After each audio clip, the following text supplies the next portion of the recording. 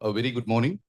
So to everyone who has assembled up here, it's a great pleasure to have this particular event up here organized by Indian Society of Applied Mechanics. We have Professor Lakshman Rao, a senior professor from the Department of Applied Mechanics, IIT Madras. We will have a first of mechanics lecture series here at IIIT, Kanchipuram, where we are having the broad title Impact Mechanics and its challenges, wherein multiple ranges of applications in breadth and depth would be covered in today's talk. All right. So I now keep the floor open up for the invocation. And once the invocation is over, we will come in. Okay, thank you so much. Yes, please. You can use this mic.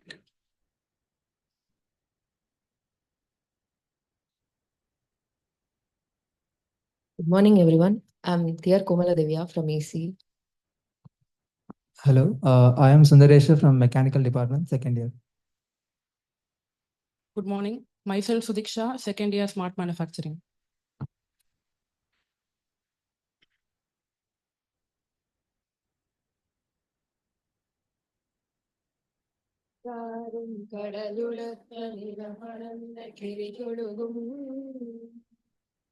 சீராரும் வதனமென திகழ்வரத கண்டமிதில் தெக்கணமும் அது சிறந்த திராவிடர்கள் திருநாடும்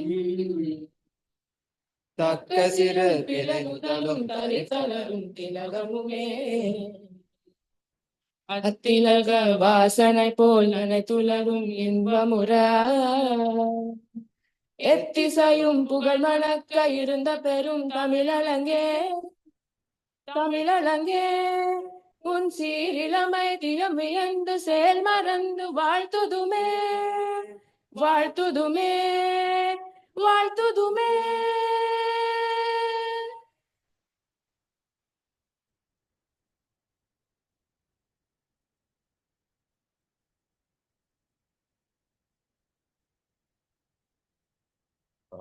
Thank you so much for this auspicious invocation. As a next step, I invite Professor Lakshman Rao to commence this lecture. We'll be happy to hear up from him. Sir, please, the floor is yours. First, we'll have an introduction to the society as well as this series by Professor Sudhanshu, who is at NIT Jamshedpur and is also a secretary of the society. So online, he will speak from Jamshedpur.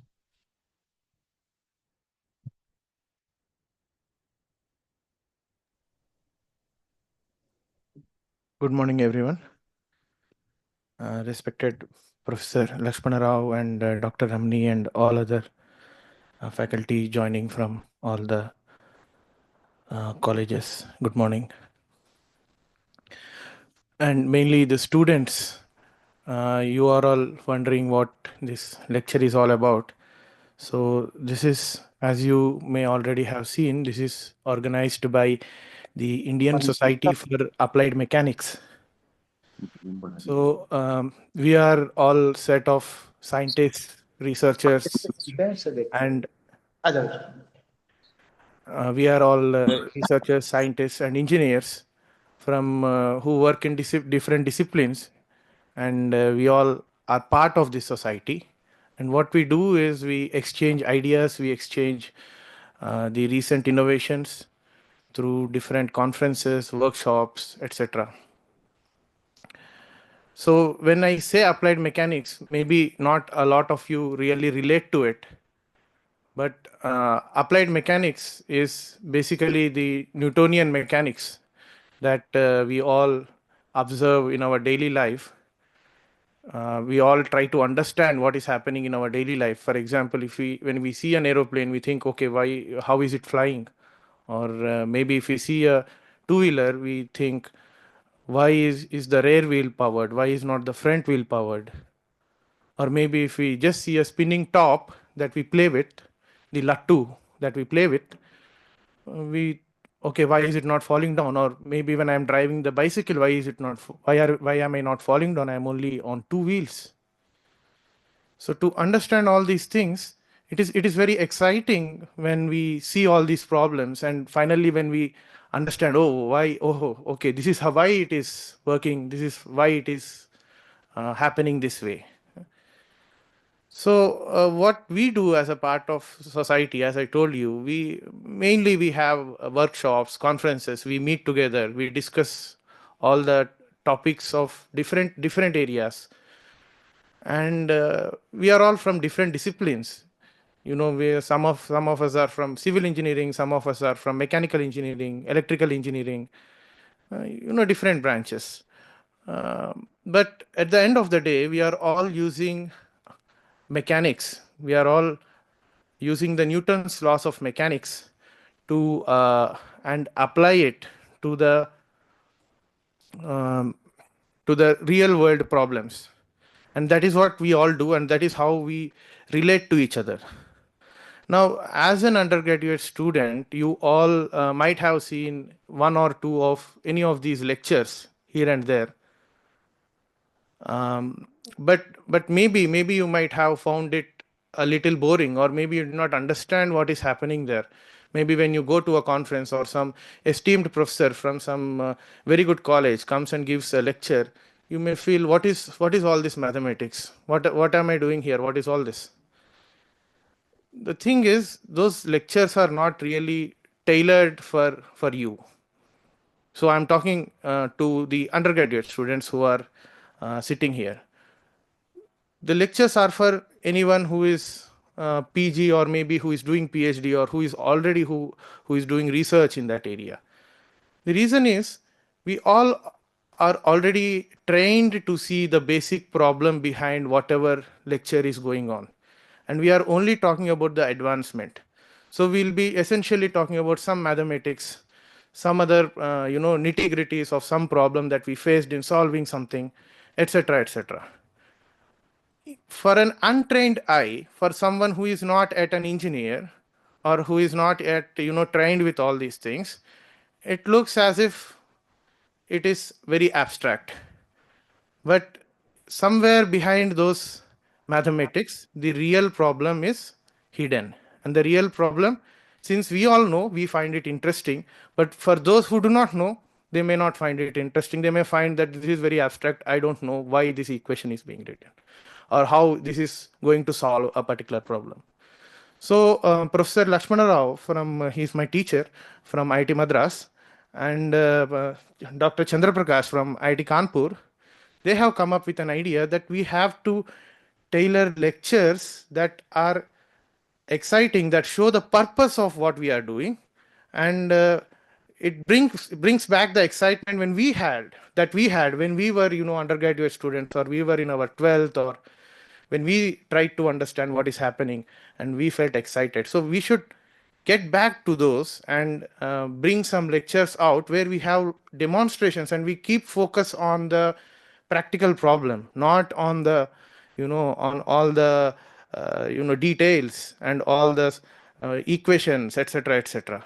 So with that idea in mind, because that is what keeps you hooked to the subject, so when you really understand what is happening and what is the importance of what you are doing, when you feel that yes, this is why, that is when you feel motivated to pursue that area. So with that thinking, Professor Lakshmana Rao, Dr. Chandra Prakash, and Professor Shukla, president of ISAM, all of them have started with this idea, and this is the first of such lecture series. Many lecture series of this kind are going to come, and please give your feedback. We are going to improve these lectures. We are going to take your feedback, and accordingly we are going to improve it and tailor it more. And I think this is one of the first efforts in our country. I did not see anything happening like this during my when I was a student.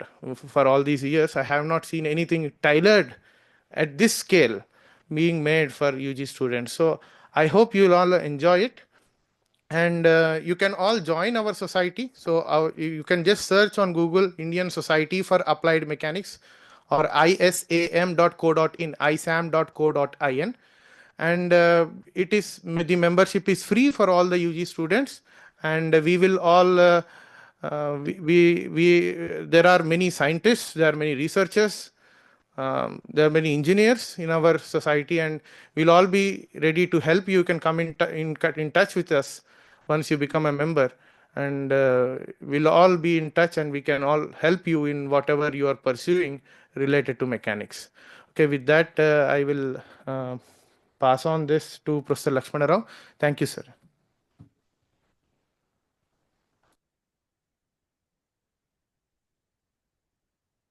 Dr. Sudhanshu, for the nice introduction to the society as well as the series. And we are here in the next 45 minutes. Why is it that I'll speak from here? No, sir. Come to forward, sir. Okay. Sir, one second. Problem is visibility. So I'll speak from here. Others will come. Yes.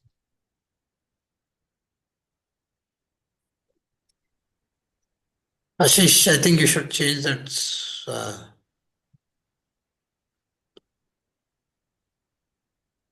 Hello. We cannot see what Professor Lakshmana is presenting. Yeah, now it is visible. Yes, thank you. So, Dr. Sudhanshu has given a nice introduction of what we are trying to do in this society as well as in this series. In the next 40-45 minutes, we will walk you through some of the interesting things that are taking place in the broad field of impact mechanics. And along with me is my team of research scholars and MS students who will help me in various aspects of this presentation. I will try to give a broad introduction and introduce various topics that are going to be covered. More details about each one of them will be given by individual students. Some of them have graduated, and one of them is also in Washington, D.C. He is taking care of the Indo-US collaborations and so on. So I think you will have a very exciting exposure. After the, so let me introduce my team. Dr. Ashish Pandey, who was working with XF at Hyderabad. He is going to speak on sports mechanics. Dr. Vijay Bhaskar, who is now in Washington, D.C., but earlier, still with DRDO, and who will expose you to things on crash as well as ballistic mechanics. Then we have Dr. Brahmadatt, who will talk about, is in the final stages of completing his PhD. He'll talk about modeling of alumina type of materials under high strain rates. And you have Smith, who will talk to you about some biomedical applications of impact. And after that, we will have some question answer sessions by everybody. No, after this, we'll have a demonstration of some of the important aspects of impact, followed by question answer session. Then we will introduce a design problem, what we call as the research design problem, which we expect all the undergraduates to participate in over the next 3 weeks and make presentations. And we have attractive prizes at the end of 3 weeks, 3 or 4 weeks for you to take away. And during this design exercise, we think the undergraduates will get good exposure to do experiment simulation and design, all of which is what we are supposed to do as engineers. And hopefully it will be exciting. So with that broad introduction, let me just proceed further with what we want to do. So that's a broad introduction I've already told you. And we'll start with introduction to impact mechanics. Before we go deeper into impact or mechanics, let me even give my own interpretation of mechanics. And mechanics involves everything to do with forces and displacements. And the world is full of mechanics. And it's a question of whether you choose to observe it in a particular scale or not. So there is mechanics in intermolecular motions. There are masses everywhere which keep moving and which need to be understood in the terms of input-output relationships at different scales. So earlier mechanics used to be at a broad scale, visible scale. Today, mechanics is at even at invisible to the eye scale. So there are some micro type of things. And apart from that, you also have events that are happening at very high speed and so on. And therefore, many of these things are also involved in mechanics. Yeah. So these are the things. So those who have chosen to be in mechanics, when this primarily, I presume, for mechanics people, I think it's high time to be proud of the fact that you're working in mechanics and not be apologetic that you are in mechanics, mechanical engineering, civil engineering, because you did not get high enough rank to be in electrical or computer science. And this needs to be emphasized again and again. And there are things that my own feeling is that you're dealing with the real world, whereas all others, especially the computer science people, work with a virtual world. Virtual world has no existence unless there is a reality. Then the reality is like your Jagrat Prapancha, that all of us are feel with all our senses. Virtual world is like your Sopra Prapancha, where you work with the data that is supplied by the Jagrat Prapancha. And therefore, this you need to be in mind. So these computer science people don't go to any lab. They don't get any fresh data. They simply work with computers and work with theories and so on. Whereas you are the one, you can directly access to data as it is changing every day. You can never say that data is, because the world is changing, constantly in motion. And therefore, and then you need to gather data every now and then. Perhaps sometimes when you don't gather the data, you need to simulate. But you're dealing with your day-to-day, you're talking of a reality which has a mass and therefore which exists in space and in time. So anything where a mass exists in space and time, you have mechanics. And that can be at different scales. And therefore, it's exciting to see the existence of masses and its position and time, in time at different things, and see what we can do with it. So let us all be proud of being people in mechanics and then see what we can do with it. So that's a broad introduction to mechanics. And after that, we'll tell you about impact mechanics. Impact mechanics has something to do with everything that takes place when two bodies come into contact. So contact mechanics can be some sort of a synonym for impact mechanics. So whenever normally bodies are in contact, and therefore then you may have some external loads that are applied onto the bodies. But there are times when the bodies develop forces only when they start touching each other. And that is where impact phenomena takes place. And not only that, whenever the bodies touch each other, their forces are unknown. Forces keep developing with time. And therefore, the response also keeps developing in time. And that makes this field a little more exciting and a little more promising for various applications. And that is in general. But also, this time duration of contact can vary depending upon your applications. And that is that wide range of interaction, the time duration of interaction, as well as the velocities with which they collide with each other, is something that we are going to walk you through in this presentation. We start with the simplest non-destructive application, which was normally not classified as impact mechanics. We start with a medical process where a small flow of oil is poured on your forehead, and it is oscillated up and down for over 15 to 20 minutes. And it is supposed to cure your excessive your stress or strengthen your nerves and so on.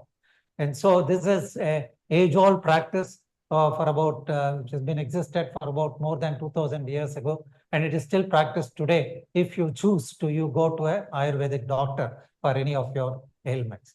And it is called as a Shirodhara. It's a very interesting phenomenon in the sense that the duration of impact doesn't seem to be as exciting as the other things that will come later. But and the velocities are also mild. Seems to be non-exciting. But what happens after that is least understood even by people working in biomedical engineering. And that what is happening is that flow of oil onto the forehead will create some sort of a force, and that force is developed over a particular time, and it is impacting on a relatively soft tissue.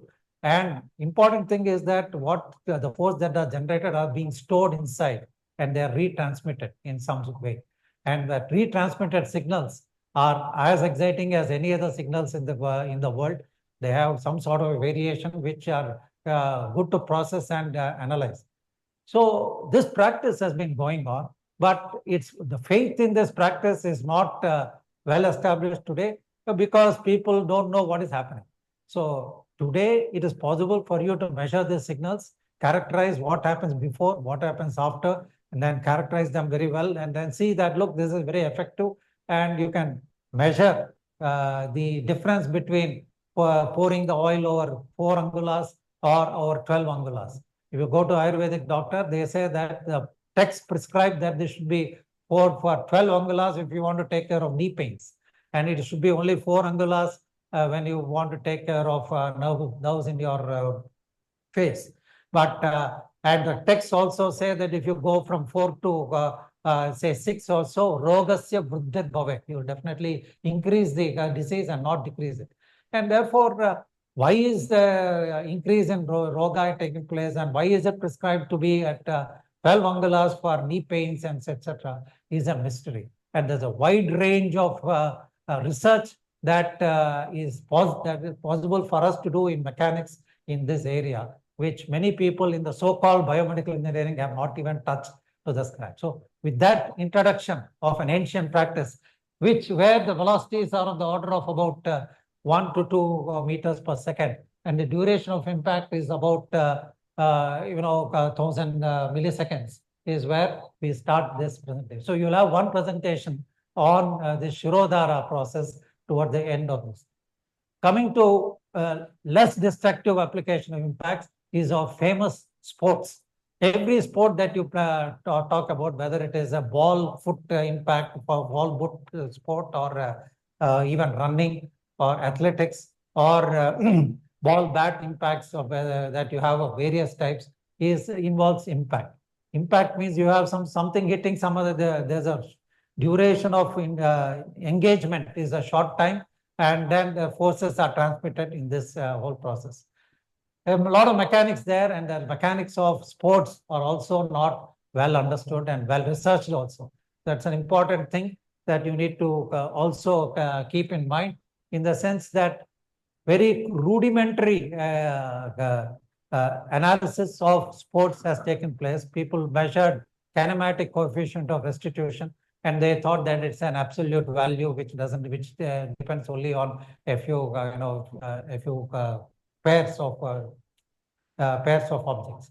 But what is not understood, and what we will definitely be able to show, is that the so-called coefficient of restitution is also a function of is not a material property. It is a structural property. It depends upon the size of the ball and the way you make the ball, whether it is a hollow ball or a spherical ball, and that's and apart from that, it also is a function of the velocity with which you hit the surface. You hit a surface with a high velocity, you may get a different coefficient of restitution compared to what you do by simply dropping a ball. So a rudimentary definition of coefficient of restitution dominated the debate in sports mechanics, and not much more mechanics is there even in impact of any sports. And therefore, it is, as people who are interested in sports, it's high time that we start working on these understanding the mechanics involved in sports. The velocities involved here are of the not I mean, they're about 10 times higher than what you see in Shirodhara, about 20 meters per second. The duration of contact is much smaller, maybe about 10 milliseconds and so on. And therefore, the type of phenomenon happening here is different. Most of these things are non-destructive in the sense that you don't see anything happening after this event takes place. Things may bounce back, but there's nothing more than that. But now we have taken two non-destructive applications of impact. But impact mechanics got its bold because of destructive applications. And one of them is the crash. This is a destructive application which we want to avoid. Okay. So all of us travel in vehicles, and vehicles will definitely, there's a danger of vehicles hitting each other, which we want to avoid. And therefore incorporating or predicting what will happen in case there is a collision is also an important thing that is insisted by various motor car companies today. I mean, therefore, predicting what will happen during any collision is something not that easy to do. And here we are talking of velocities of the order of 10 to 50 meters per second. And also we are talking of duration of impact, which is slightly longer, 100 milliseconds and so on, where definitely, you allow more time of interaction so that you can absorb the energy. So part of this will also be covered in the lecture by Dr. Vijay Bhaskar, which we'll see later. Finally, you have the most important thing, which is the ballistic impact. This is where a lot of money is there, but it is all destructive.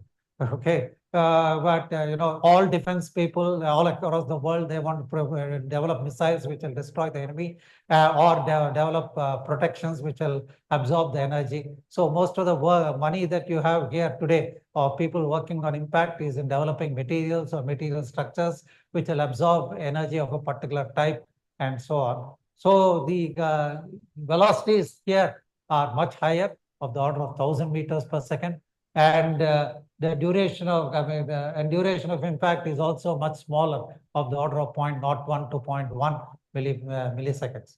So you have a wide range of applications, non-destructive to destructive. Destructive is when, as is true with development of engineering across in the last century. Most of the engineering gets developed from destructive purposes. So mostly World War is a time when you see a lot of developments taking place in engineering. So even impact mechanics got its boost from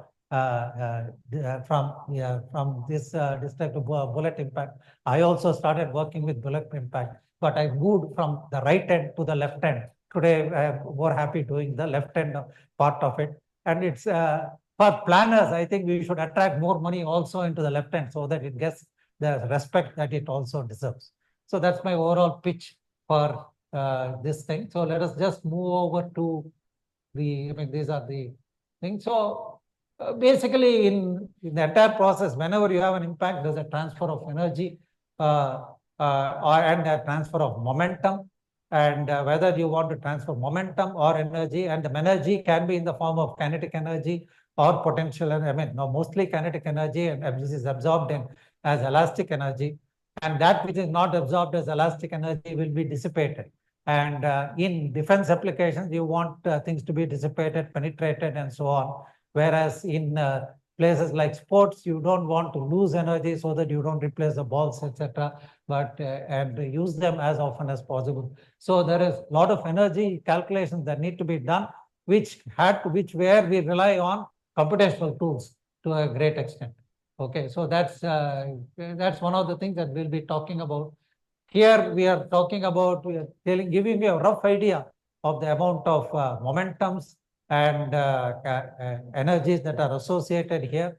We are talking about 2.5 microjoules in the case of Shirodhara applications. We are talking of the order of 75 joules in the case of ball bat impact.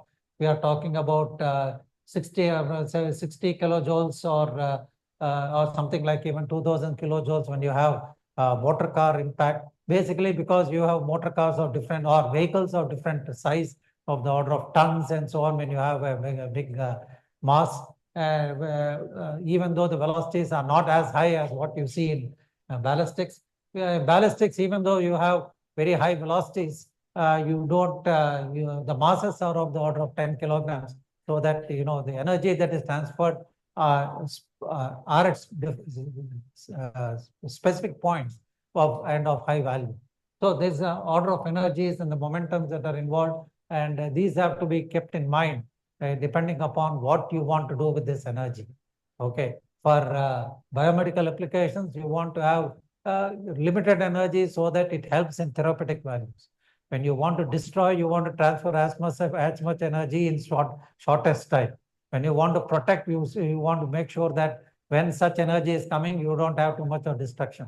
When you have ball bat, you want to transfer, you want to hit sixes as much as possible, even when you have different velocities. So those are the exciting features, all of which involves mechanics, which we have not understood a lot. Okay, so that's the thing. Now I want to just take you through some common features that are there in across disciplines in what we call as measurements of various quantities. Basically, in mechanics, we are interested in tracing a particle, its position at a particular time. So that's an important thing. We may be interested in getting a relative position. That means that if one particle is here, another particle is here, how the distance between them keeps changing with time is one thing that we may all be interested in. And that is what we call as strains. Okay. And how that strain changes with time is called as strain rate. Okay. So these are the things that need to be monitored. When the time involved is very, very small, then measuring those times, those small intervals of time is also important. And that's another exciting thing that we will be discussing here. So over the years, people have used different instruments. And I mean, those in mechanics, I want you to give the due respect that you need to give to electrical friends who are around. Because all signals that you measure today, and you need to do measurements, are transferred into transmitted or transferred into voltage signals which vary with time, voltage or some other signals which vary with time. And then you process them to interpret what is happening in mechanics.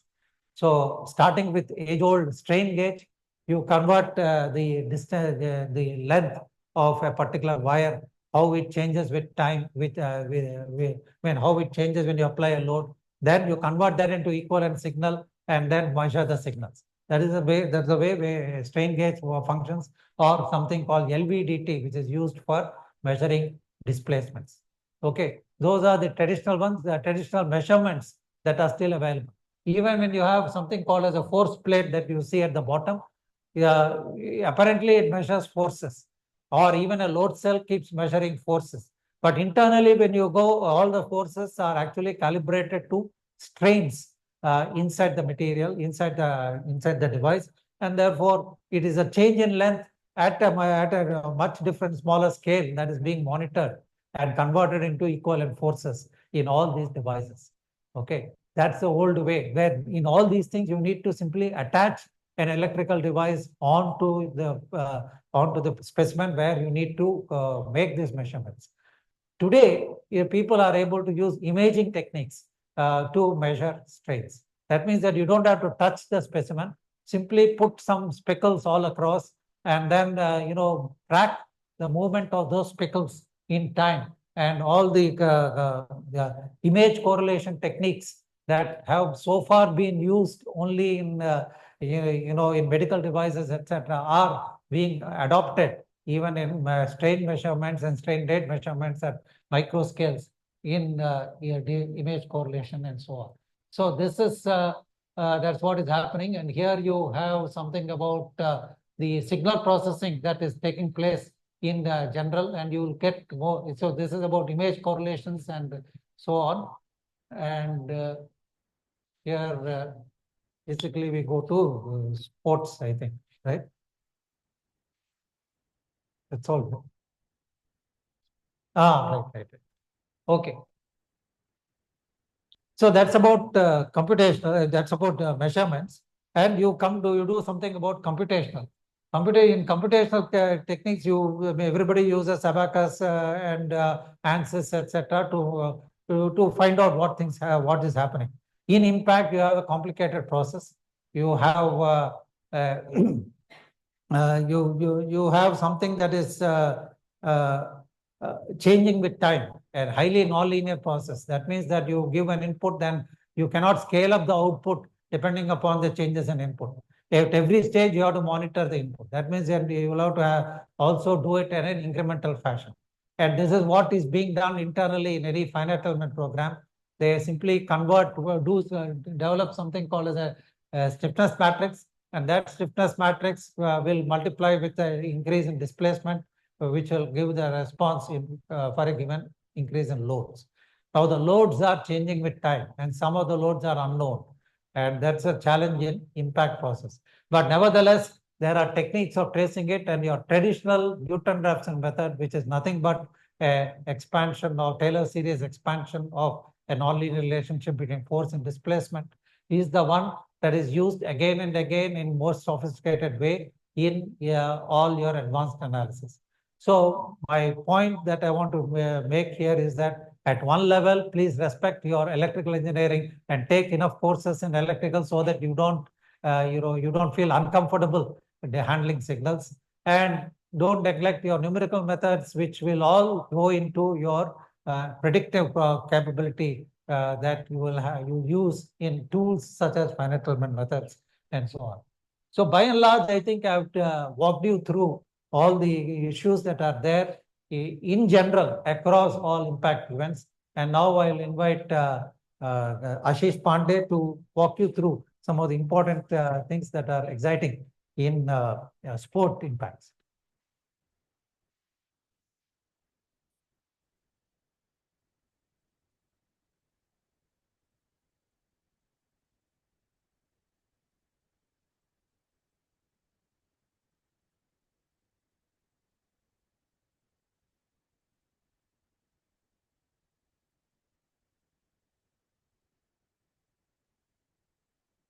Okay, very warm good morning to all of you. I'll just briefly introduce myself. My name is Ashish Pandey, and I have just completed my PhD last year under Professor Lakshman Rao, and currently I'm working as a senior engineer in ZF India Limited. So my PhD's broad topic was I wanted to study the impact in sports applications, and particularly in cricket. So I'll give you a brief rundown about why impact in sports is important and what it relates to the actual play of the sports.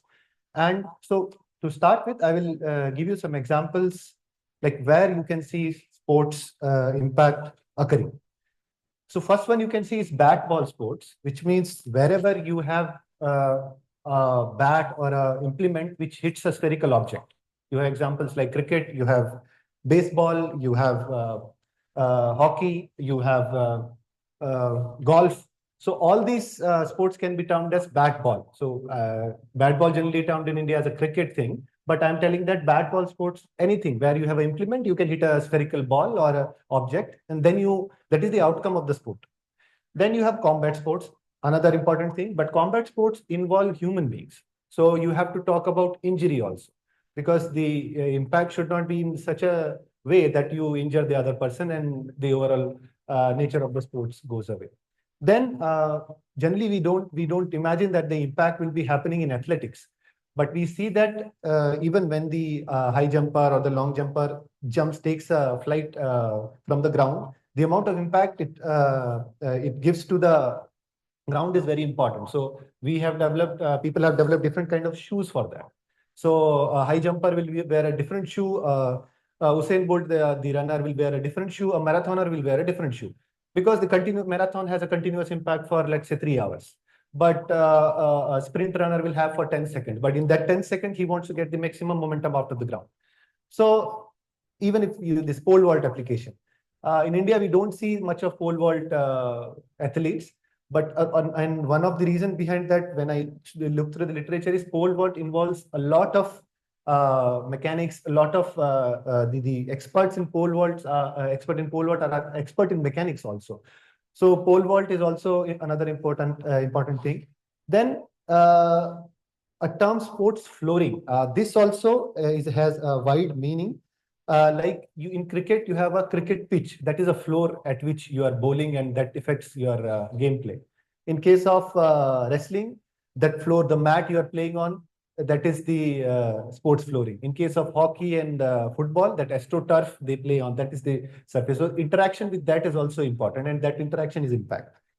And there are many more such applications. So you see, there are plethora of applications in case of sports. You can study from any way. So my idea was to study in cricket, because when I was looking into literature, and cricket is not our national sport, but is looked by everyone, and more than 2 billion people watch that. So, and the research is not that much high compared to baseball and all those things. So in baseball and all, people have seen the evolution of material, evolution of design and all those things, but cricket remains same as it was in the 1850s. You have little bit changes in the bat, but the rules are very strict. So, but you don't have a little bit margin to play with. And also because of that, also people have not ventured into it. And I have specifically used numerical simulations to study that. So I will talk about that later. But if you want to create efficient designs or efficient, let's say, equipment, or if you're a coach, you want to see how the bowler should bowl, where it should have the impact and all those things, then you have two kind of approaches. First one is the traditional approach or the experimental approach, which I say, where you test the things in reality. Like I want to see if the bat it gives the shot what I want to. So I will pivot it on one side and I'll throw the balls and I'll see what happens.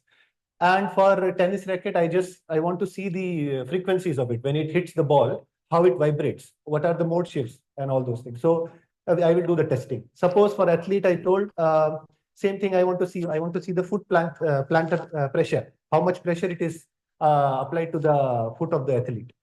So all these things you can experimentally do, but you have also the help of simulation. But this comes into the picture where you cannot do the experiment. In case of ballistics and all, every experiment cannot be done. Here also, every experiment and doing that experiment is very costly.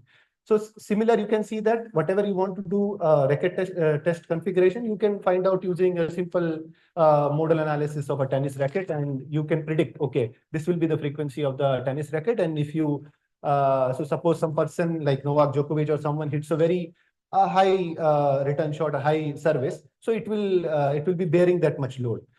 In case of not only impact, but you have CFD analysis of cycling helmets. So the gear the cyclists wear, it is very, very much aerodynamic, because even the millisecond or this few seconds of the difference can change the medal, color of the medal. And third one is very important, especially when we see in case of cricket. Also, in case of combat sports, you design helmets. So you might be aware of the incident where Philip Hughes was injured and finally he died. So you cannot do that experiment in reality, right? So, but you can use simulation to at least predict, okay, I will use this kind of material, this much thickness. So, and I will give the velocity of, let's say, 200 km/h, which is not possible in reality. No one will throw that, but you can create better designs. So both of these things are there. You have a lot of data. You have data from simulation, you have data from experimental analysis, and then you can use analytics, you can use machine learning, you can use AI to give you a better design. Based on that, so now I'll come to my problem, which I tried to solve, which is impact in cricket. So if you see, there are 3 or 4 main type of impact you will see in cricket. First one is ball back impact, which is your important impact. So if you hit the ball optimally, you will get the maximum runs or maximum outcome. So you can say this is related to the batsman part of it. Second thing is ball pitch impact. So now this is related to the bowler. So where should he throw it, and how the pitch should be designed, what velocity should be given, what spin should be given. Does the spin have an effect on impact or not? All those things. Then impact involving the humans, like a ball can hit you and you can get injured. So all these impact events are necessary to understand. We should understand them. If we are designing better, let's say I want to design a better bat, I want to design a better helmet, I want to design a better pitch, and what will be the effect of the pitch? It can be useful for the coaches also. Let's say the Indian team is planned to go to Australia, and we know that the kind of pitch they have. We can run a simulation on that pitch, and we can see that what will be the behavior of the ball. So a person who plays very good offside balls, he will be sent earlier, and so such like that. To understand all these things, we have seen that in sports, coefficient of restitution is used as a metric for studying all these things. So coefficient restitution, I think all of you have studied in your physics also. It's nothing but it talks about the bounciness of the, let's say I drop something on this surface, so how much bouncy that surface is and the particular object is. So you might have seen this definition on, and also you see that once it takes subsequent bounces, it loses its energy and finally it stops. So that is the, so it's losing its energy. So if it is not losing, let's say I drop it from this height and it comes back to its original height, it's an elastic impact that everybody knows. But generally you will see that generally all the impacts are plastic impact, you lose some energy, noise, deformation, and so on. But as Professor was telling earlier, we have seen that kinematic coefficient of restitution, the velocity ratios, are very common in sports, because I think it's easy to find out, and experimentally you can find out the velocities very easily. So people have used in many sports, people have used kinematic coefficient of restitution. But there, I suggest that there is a problem with this. Why? Because you don't encounter, you don't take care of rotational energies, deformations, and so many other things. It gives you a introductory insight into the impact, but it doesn't talk about the detailed picture of it. Then you have other definitions also, like you have impulse-based definitions, you have energy-based definition. So whatever impulse was taken into compression and what was returned back in restitution. Similarly, what energy was taken into compression and how much of it we were able to recover. So based on that, I used a kinetic energy-based coefficient of restitution for cricket impact, cricket bat ball impact. But before going to numerical simulation, I would also like to talk about what we can easily do is rigid body analysis. We I think this problem, many of us all already done also. Like it's simple balancing the forces, nothing else but that. But it also gives you an idea, like, okay, what will be the nature of the ball and how the flight path will be. If you know a little bit, how much it will go up and down, if you know the angles, initial angles. So it's nothing but you are balancing the forces, balancing the momentum. But I found out that this also, I'm telling it's a rigid body, but this is a golf ball. You can see that it almost become a pancake. So it's become a very flat thing, and we are saying that it's a rigid impact, which is not true, obviously. So you want to see the behavior, and maybe successive nature of those impact will damage the ball, will damage the club. So we should assume that it is a deformable analysis, and we have tools to check that also. We have numerical tools to check that.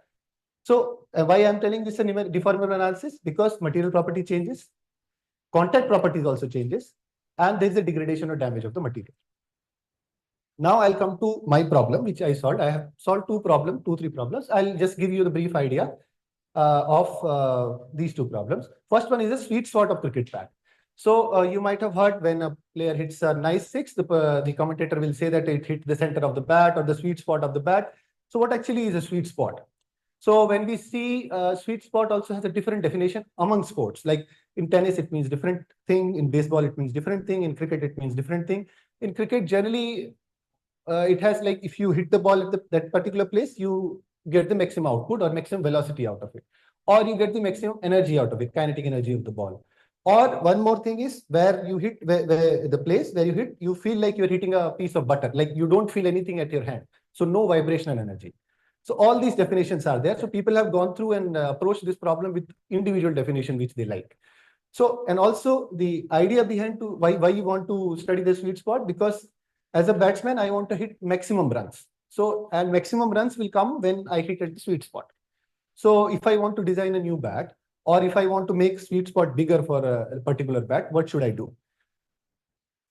So these are some images. You can see that different bats have different sweet spot location based on how the mass is assigned, what color of material, what type of materials they have used. And even so, as Professor was telling, the velocity also, the coefficient restitution is dependent on velocity also, repeated impact also. So that we also try to see. So suppose now I don't want to go to the ground and test the velocity and all those things. I can just simply model the bat and ball numerically.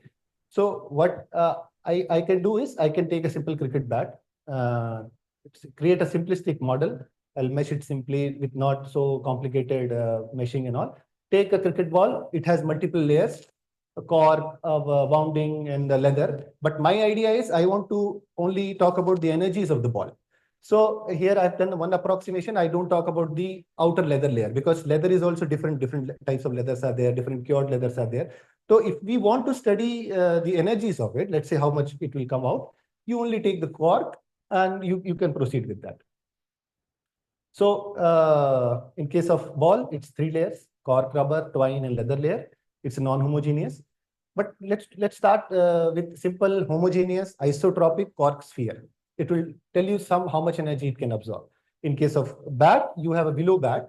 Willow is generally woods are isotropic. You can orthotropic. You have different direction, different properties, and you can simply model them as this is one elastic, this is another elastic, and then you can progress with that. So numerical modeling can help you with these kind of approaches. So we tried that, and you can see some plots here. This is kinetic energy COR. So you see it shows from, I'll start from here. So contact force variation with time. So you see the time of total time of impact is around 0.6 milliseconds. And you see kinetic energy COR is maximum at 400, 300 to 400. So that means that is your area of concern, the sweet spot. Similarly, for different coefficient of friction, suppose your bat and ball getting damaged over the gameplay and your coefficient of friction is changing, then with different angle of spin also, we try to test that. Then I'll come to the second problem, which is cricket ball pitch impact. Again, so here it's a little bit complicated because a cricket pitch is how it is made and the effect of it you can see.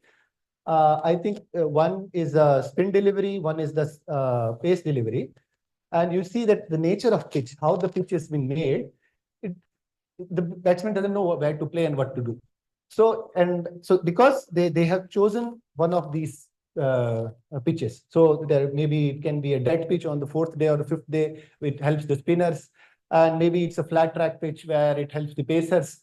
So the judgment till now is made as a thumb rule. So you use this then you should have more pacers in your team. If you have a dead pitch on the 4th day and 5th day, then you should have more spinners, so on and so forth. So, but if you don't want to do tests on the ground and you want to develop a numerical model for studying this, then we did one simplification. Okay, before that, I should tell you that what people have done to test it. Mostly, so I have not seen any numerical study where people have used this, let's say FEM or all those things to study pitch impact. But mostly people have done a lot of experimentation. So this is a very, the civil engineers also use that, this is a Clegg impact hammer. If you want to know the bounciness of any surface, any geotechnical surface, you drop it from some height and it bounces back. So you know how bouncy it is. Then people like McAuliffe and Gibbs in 1960s, and this is 1990s, people have done this kind of study where you just throw a cricket ball on the ground, put a camera, see and put some markers on that so that you can see the velocity, you can track the velocity. And by that, you can predict, okay, this is the pitch nature and pitch, the behavior of pitch. Okay. Now, I wanted to do the same thing using finite element analysis and by creating a numerical model. So what I say is, you can, this cricket pitch, you can assume into two things. Actually, there are mostly two things only. Top layer and soil foundation, but you have a lot of organic matter in top layer, like grass is there. And then some in top layer also, not only clay, but other kind of soils are there. So, but for simplification, let's assume it's a 2-layer system. And plate on elastic foundation kind of simple problems can be used to solve this impact problem. So I did the same thing. And I assumed that, okay, I didn't take the complete pitch to solve it. I just took some 400 cross 400 mm small section and did various impact. And I found out that, okay, we were able to match the experiments. If you see here, by doing, and it's a very simplistic simulation. I won't say that I have not taken and I was not aware of the properties, like material properties of the soil exactly. I took it from some geotechnical paper where they talk about clay and ground. But even from that, we were able to, these red dots are my results, and you see the experimental results are the black ones. So we were able to somehow predict the kind of pitch we were modeling, like how it will behave. Let's say I give 38 meters or 40 meters per second velocity, what will be my rebound velocity or for that particular pitch? Similarly, in this, we have done studies with coefficient of friction. Like that's the main thing is coefficient of friction only because over the days that pitch gets damaged and the coefficient of friction changes. So you can say that, okay, on the fourth day, on the third day, if you know the coefficient of friction, if you can predict that, you can say that this will be my velocity. This will be my spin velocity also. Because if we give initial spin, what will be my final spin? So with that, I will just summarize. So the idea is, as Professor also said, that we have mostly seen people studying impact as a ballistic problem, car crash, and other thing, but we have other applications as well. So sports, I will feel that is very crucial, and now is the right time. And also, we have seen when I was applying for grants and all those things that government also is investing in this particular area, and so it is helpful for designing better equipment. You can enhance performance, you can reduce injuries, and so on and so forth. And numerical methods can be a better alternative to doing just by doing experimentation, because it is comparatively cost effective. You don't have to build an experimental setup and do tests and all those things. And you can somehow predict, like, okay, if I want to finally do some tests, finally, I will do only 1 or 2 tests, not several tests. So that's the benefit of numerical. Yes. Thank you. So thank you.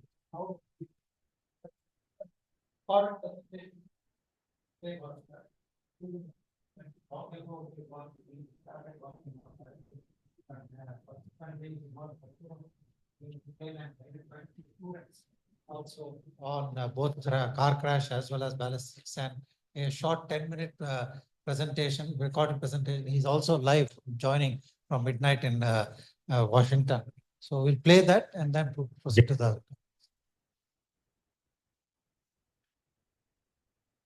Greetings to all. I am Vijay Bhaskar Narayanamurthy, a former student of Professor Lakshman Rao at IIT Madras. In the next few minutes, we will go through a few interesting applications of experimental impact mechanics. It will be interesting to note that the concepts of engineering mechanics can be applied to study the mechanics of vehicular collision.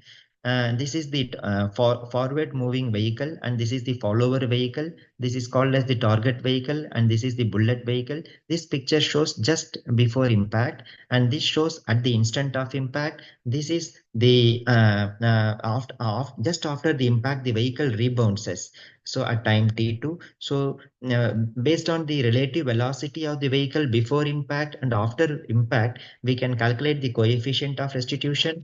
And based on the kinetic energy of the total system of target vehicle and bullet vehicle before impact and after impact, we can calculate the energy dissipation experienced by the vehicular structure at the instant of impact. Another example of a simple concept of impact mechanics is to study the vehicle response in the frontal crash impact, assuming that, as we see here, that a vehicle is moving with an initial velocity v, and when it hits on when it collides with a tree or a pole, and it experiences an impact force. So by equating the kinetic energy of the vehicle just before impact with the work done, we can calculate the amount of and that is the crush deformation that is experienced by the frontal structure of the vehicle. And this is just to show you how the simple concepts of mechanics can be applied to study the interesting behavior of the vehicle when they are subjected to different types of collisions. Let us see some more examples. We can see there are different types of vehicular accidents. One can be head-on collision as shown here.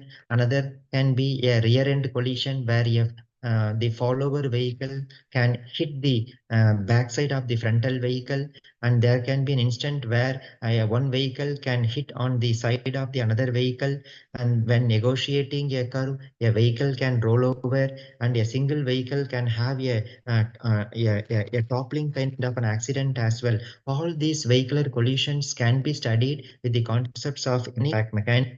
This shows the arrangement for studying the side crash impact, and this is for studying the behavior of the rollover impact, and this shows the arrangement for studying the rear crash impact, where the a moving platform with a simulated mass is um, uh, allowed to bang on the rear side of the vehicle to study the crashworthiness behavior at the rear portion of the vehicle, and even the pedestrian crash impact is studied, and all these like frontal collision, side impact, rollover impact, pedestrian impact, all can be studied using numerical simulations, as we have advanced tools and methods available, and they are also experimentally studied in order to validate the numerical simulation results and to get the actual data as well.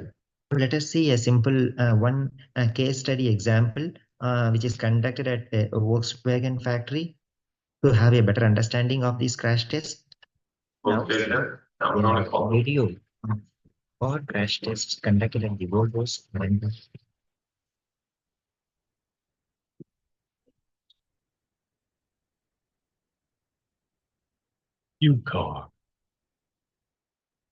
This year, the Volvo Car Safety Center Crash Lab celebrates its 20th anniversary.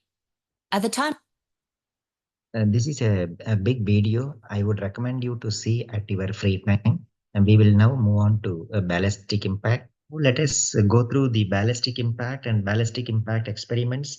And ballistic impact is a science that deals with a variety of phenomena that begins from the moment an object in the form of a bullet or a projectile is fired from a target and until its effects are observed on a target, as shown in this simulated video here. And the ballistic testing is conducted either within the laboratory or at a open range outside in an open place, and this ballistic testing is supported with necessary instrumentation and data acquisition systems to capture the complete characteristics of the impact process, where the behavior of both the bullet as well as the targets are completely captured. And these experiments are very crucial in the investigations and the analysis of fundamental and applied problems in armor mechanics, armor applications, and also to validate the armor design.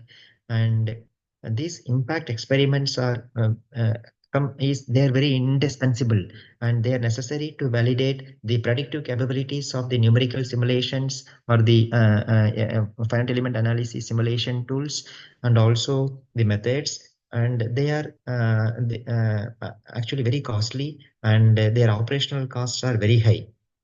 But in spite of that, we need to conduct these experiments. These are unavoidable in order to qualify the projectile as well as the target systems.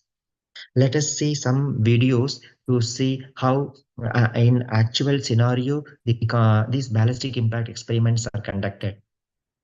Now let us see how in actual scenario the rockets, the terminal effects are studied experimentally. And it can be studied through two different techniques. One is the forward impact test, another is the reverse ballistic impact test. And these tests are conducted by mounting the projectile or the target on a rail track and imparting an initial velocity to the projectile or the initial velocity to the target. And the projectile is allowed to propel and hit a fixed target, that is called as the forward ballistic rocket sled test. And this is called as a rocket sled because the rocket is integrated on a moving sled, which is the sled is mounted above the rail track, and an initial velocity is imparted utilizing the rocket motor integrated in this rocket. And once this is initiated, the rocket propels at an initial velocity, and the impact behavior is studied by allowing this moving rocket to collide with this target. So this is called as the forward ballistic rocket sled test. And on the other hand, we will also see how a reverse ballistic rocket sled test is conducted. The reverse ballistic test is conducted in such situations where the missile or the rocket is huge, where the dimension and the mass is very large, where it incurs a lot of cost and the investments to provide an initial velocity to these large mass. In such cases, we hold the rocket using slings and suspensions, and keep it just position at the terminal end of the rail track, and the target in such situations, the target is mounted on a sled attached with an external rocket motors. So the rocket motors are initiated to impart an initial velocity to this target, and this target moves against the suspended rocket and impacts on the project impacts on the rocket, and the behavior of this projectile or the missile impact on the target is captured and studied. And so this is the reverse ballistic impact experiments. As you can see here, a complete missile without wings are attached here, are suspended here, and the target is impacting on the stationary projectile. So the terminal effects are going to be same, depending upon the easiness in conduct of the experiment. One can go for forward ballistic impact test or the reverse ballistic impact test. So these examples I hope would have given you different situations where the different components like automobiles or the specimens or the laptops are subjected to different kinds of experiments using the concepts of experimental impact mechanics. And this is only example cases, and there are many more applications and many more variations of these experimental impact mechanics conducted on different products. Thank you.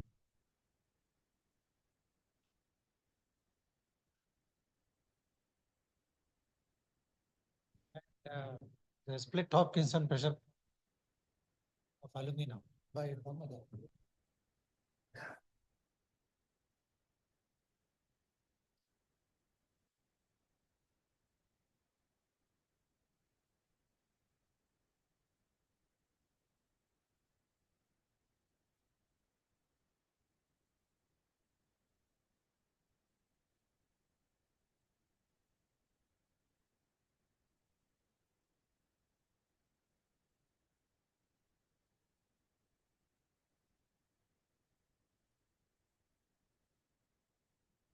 Good morning to all. My name is Brahmavathan. I'm a PhD scholar working with Professor Lakshman Rao. So today we will see like what is 1D wave propagation, that all of you must know about this, and how this 1D wave propagation is used in the experimentation point of view, and how these can be, the results of SHP experiments can be used for constitutive model development of alumina. So as we've seen, like many impact events, such as starting from Shirodhara, then sports impact, then ballistic impact, the one of the important term in these impact events is actually strain rate. It's actually a change in strain with respect to time. So in case of sports impact, the strain rate is around 500 per second. And if you take a vehicle impact, the strain rate is ranging from 500 to 1000 per second. But last example what we seen was ballistic impact. In that case, strain rate is ranging from 1000 to 10,000 per second. So that for a 1 second, that much strain will happen. Okay, so we need an experimental setup that must able to do this kind of experiment at a very high strain rate, and we have to deform the material at very high strain rate.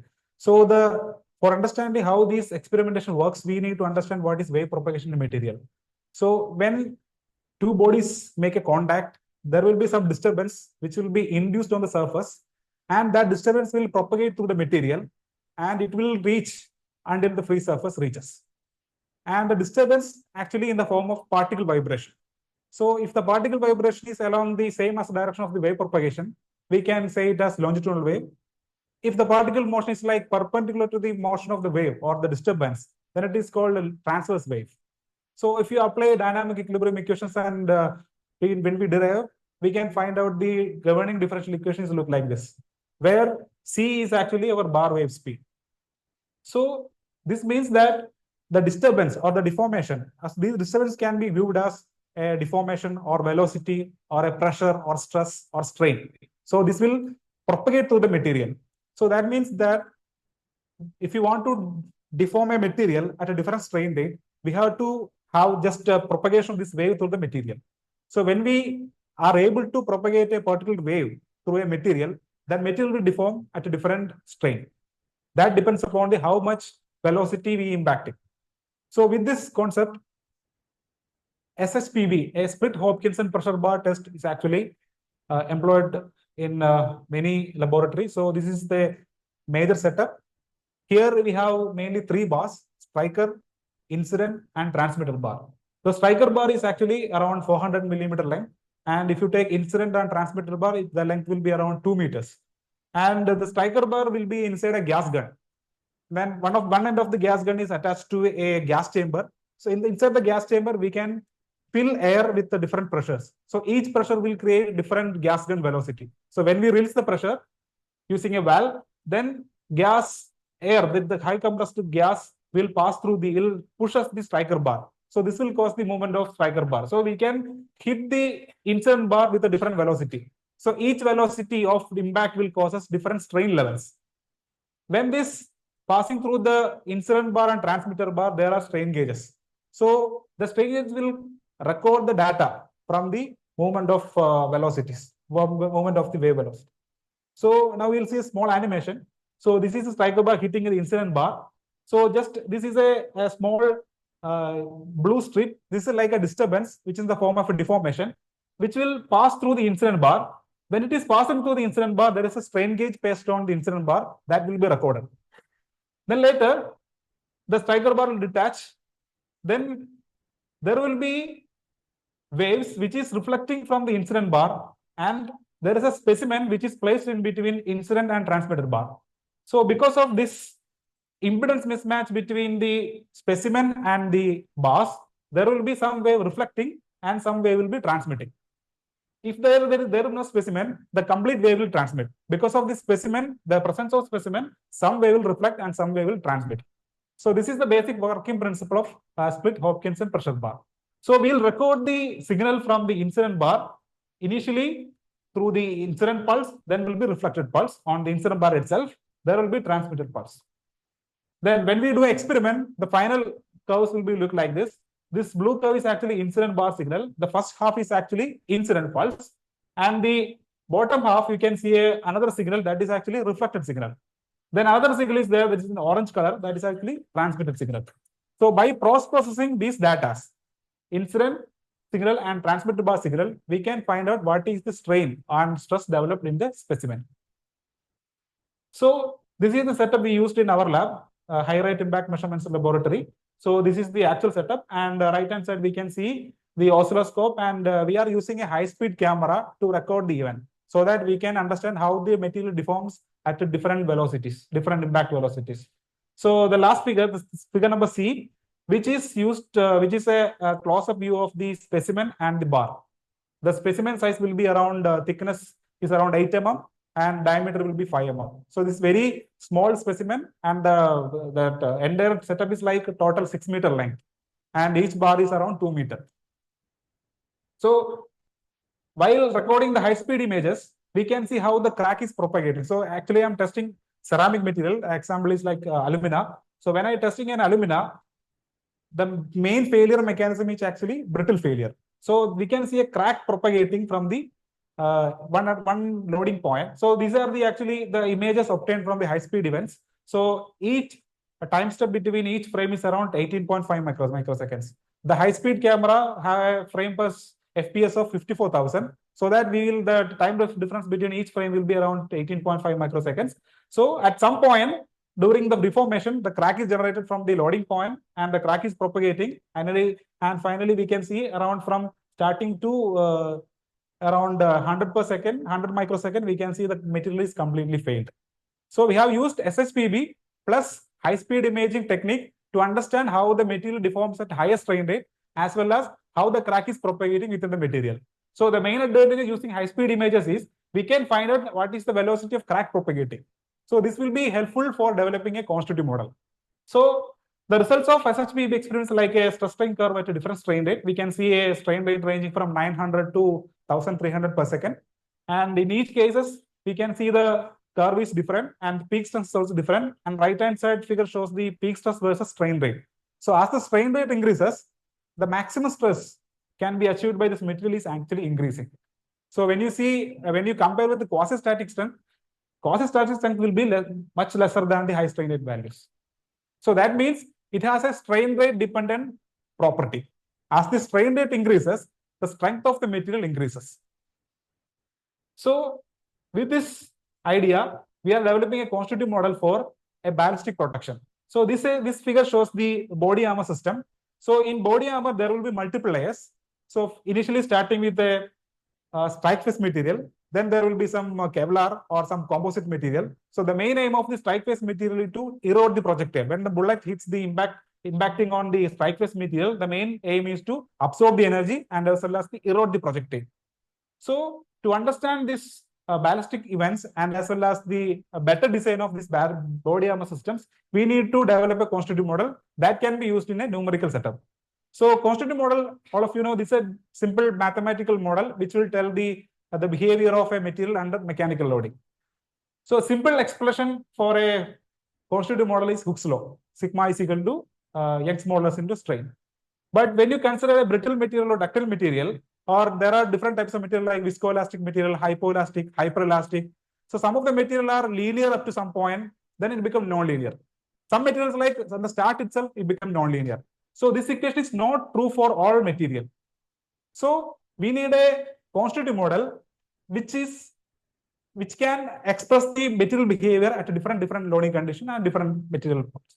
So we can simply represent an equation that stress is equal to 1 minus phi. Here phi is just simply a degradation parameter or damage parameter into epsilon 0, E0. E0 is actually initial elastic modulus into strain value.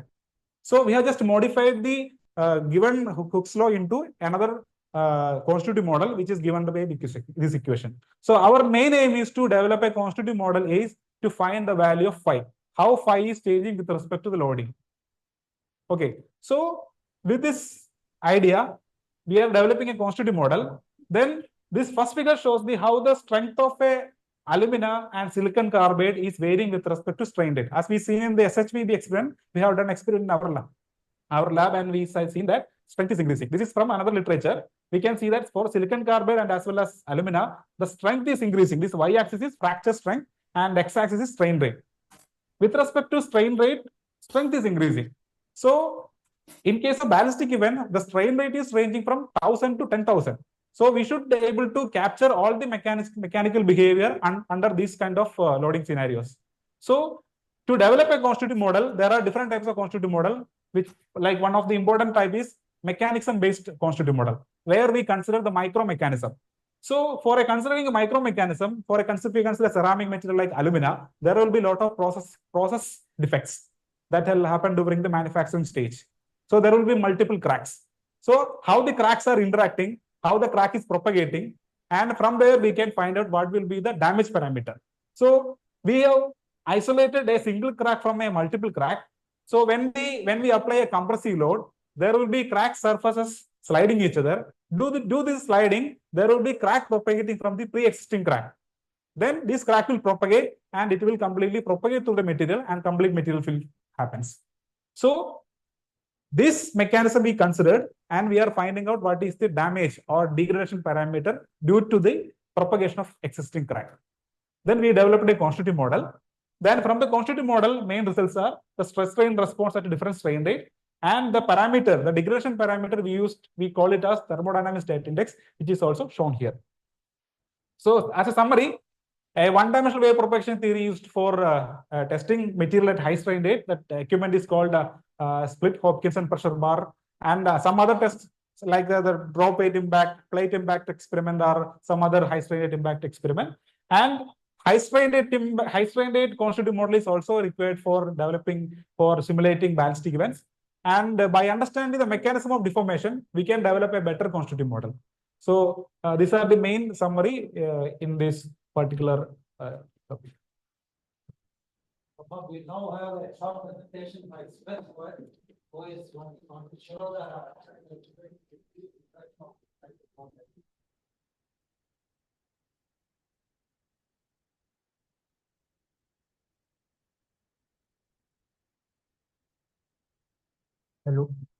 Good morning, everyone. Smith this side, working with Professor Lakshman Rao on effectiveness of Shirodhara. So basically, till now we saw all the high velocity, like ballistic missile applications.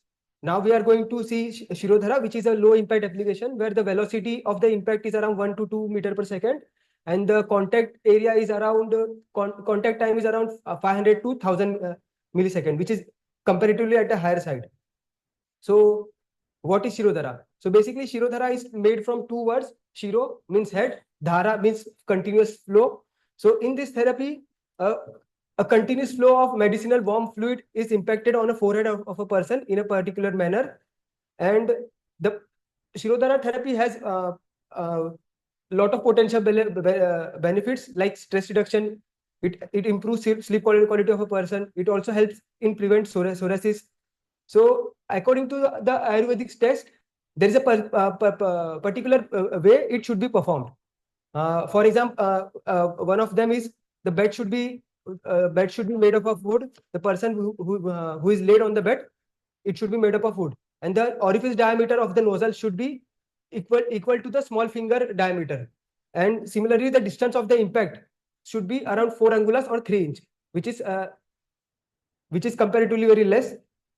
So till now, whatever research that has been done on Shirodhara are mostly based on to prove the effectiveness of Shirodhara are mostly based on questionnaire based, where a questionnaire will be given to a person and assessment will be done based on that questionnaire. But nowadays we have a lot of sensor based biomedical device which can directly measure the brain activity of a person to see what is going on in a person's brain. So for this, we are using a device called EEG device. So basically, EEG is a non-invasive technique and which is used to measure the electrical activity of a brain. So it can measure the electrical activity of a person real time. So you can see a person wearing EEG headset. This is what we use in our experiments.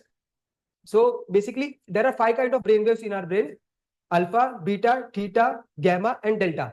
So all 5 waves have different frequency and all occurs at different state. So for example, currently right now you are listening to me actively. So currently in all you all will have a higher beta activity in your brain. So similarly, since Shirodhara is related to relaxation, so that person should have higher alpha brain activity. That's why for our research, alpha brain activity becomes very important. So to prove this, what we did is we conducted an experiment with 17 healthy volunteers. We gave them Shirodhara for 7 days, which was prescribed by an Ayurvedic expert and Ayurvedic doctors. So this treatment, all 17 people went to Shirodhara treatment for 7 days, and we recorded EEG brain activity before and after the treatment. So these are the result. The blue bar graph shows the before result, and the green bar graph shows the after result. And from the graph, you can see that on each day, in all 7 days, there is an increase in alpha spectral power density. There is an increase in alpha activity.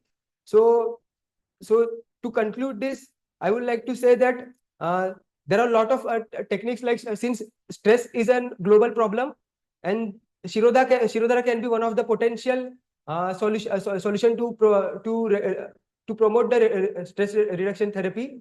And on the other hand, there are similarly a lot of therapies like Shirodhara which we can study. And on the other hand, this will also help Ayurvedic doctors, and it will also create a boost for Ayurvedic ecosystem. Maybe Professor Lakshman Rao can add more to it. Discussed that already in my introduction, so there's no problem about that. I think we'll have 2 short demonstrations. One at low velocity impact of a simple bounce at a height, and the other is a high velocity impact with a simple toy gun which will not damage. So with that we'll sort of close and then open it up for discussion. Please go ahead.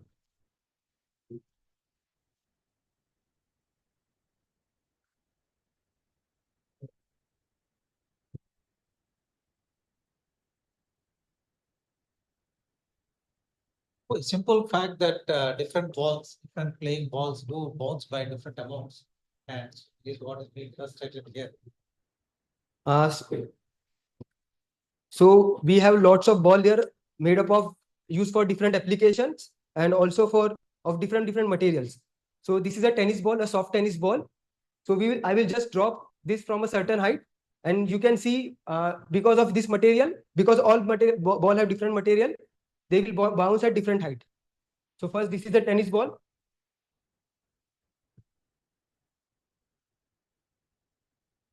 Compare it have high elasticity. So this is a leather ball, cricket leather ball. Comparative to tennis, comparison to tennis ball, it is. And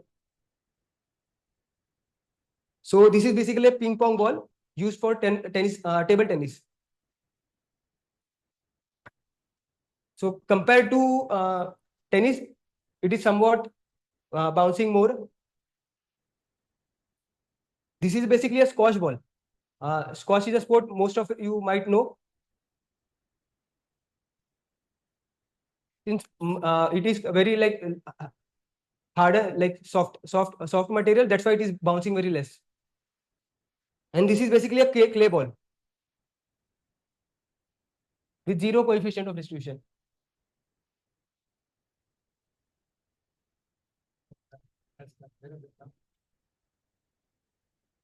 So the amount of speed that you can generate with this drop experiment is very limited.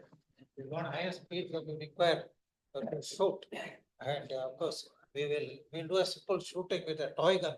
We will not destroy anything and show what will happen. Another bullet.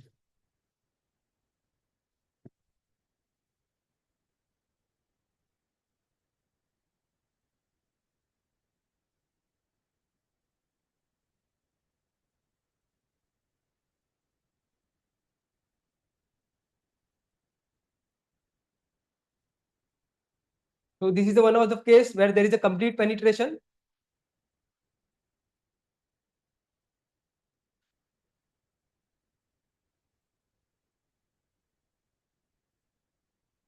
Get the bullet.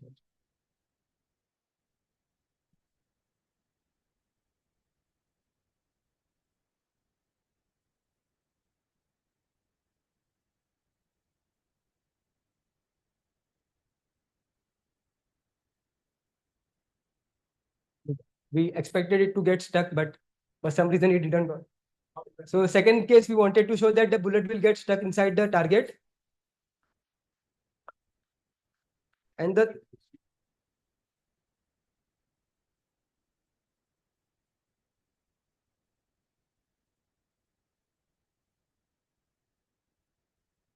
third one is a rebound one case, where the bullet will not get stuck inside, it will rebound from the surface. We'll again try where the bullet will get stuck inside the.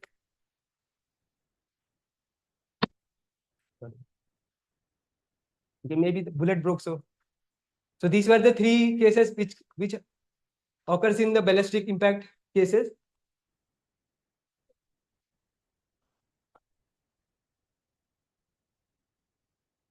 So all three cases we recorded in a high-speed camera also.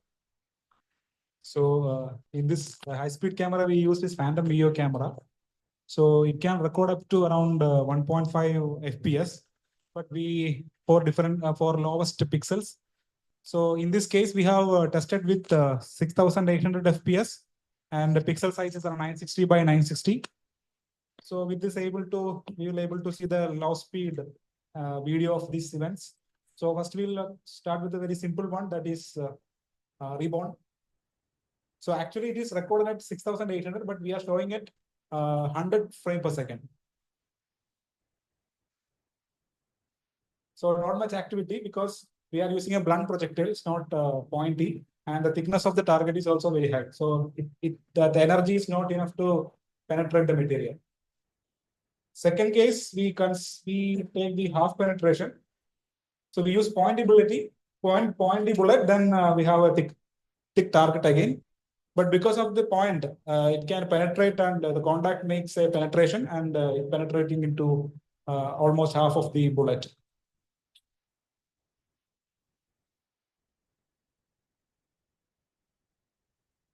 So last case, we have taken like more thinner target. So the energy is sufficient enough to create a hole and it is penetrating completely. So one of the important thing we have to note here is the events happen during this contact. Initially, due to the contact, there will be a contact stress developed at the point of contact and it causes a crack propagation from the contact point. Here we can see that the crack generated around 120 degree apart around the contact point. So we can see it very slowly also here. And what will happen at the other side of the impact? So we can see that this is the other side of bullet is coming out of the target. So we can see a plug formation. So this will happen in actual scenario also. When we try with the actual bullet on a metallic target or in a ceramic target, there will be fragmentation, initial contact, stress development, then stress crack propagation. Then crack propagation causes the fracture of the material. And in some cases, in case of metals and all, there will be plug formation. And the contact point, there will be a small material will come out of that. But in case of ceramic and all, there will be complete fragmentation happens. So these are the main events in a bullet impact. That's what we wanted to show. Subjectively, yeah, yeah, possibly. Depends upon velocity of back, target thickness, and everything.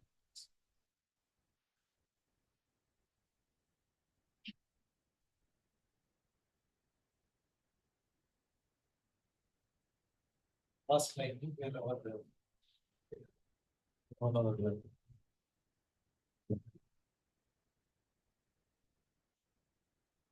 Okay, that comes to the conclusion of our own presentation. There is a summary of our themes and so on, which has also one book on applied impact mechanics. Our inspiration for that was Professor Simha from IIC Bangalore, who encouraged me, myself, and also Vijay Bhaskar to write this book. And then we wrote this book more than about maybe 8 years ago. A lot more things have happened there, but some basic principles are there in this book. You can either buy it or download it, whichever way you can get some more details or from that book on impact mechanics and so on. So thank you very much on the formal presentation. Now we'll leave open for discussions. Now first we'll have offline discussions, and online, whoever wants to raise points, please raise your hand and they'll allow you.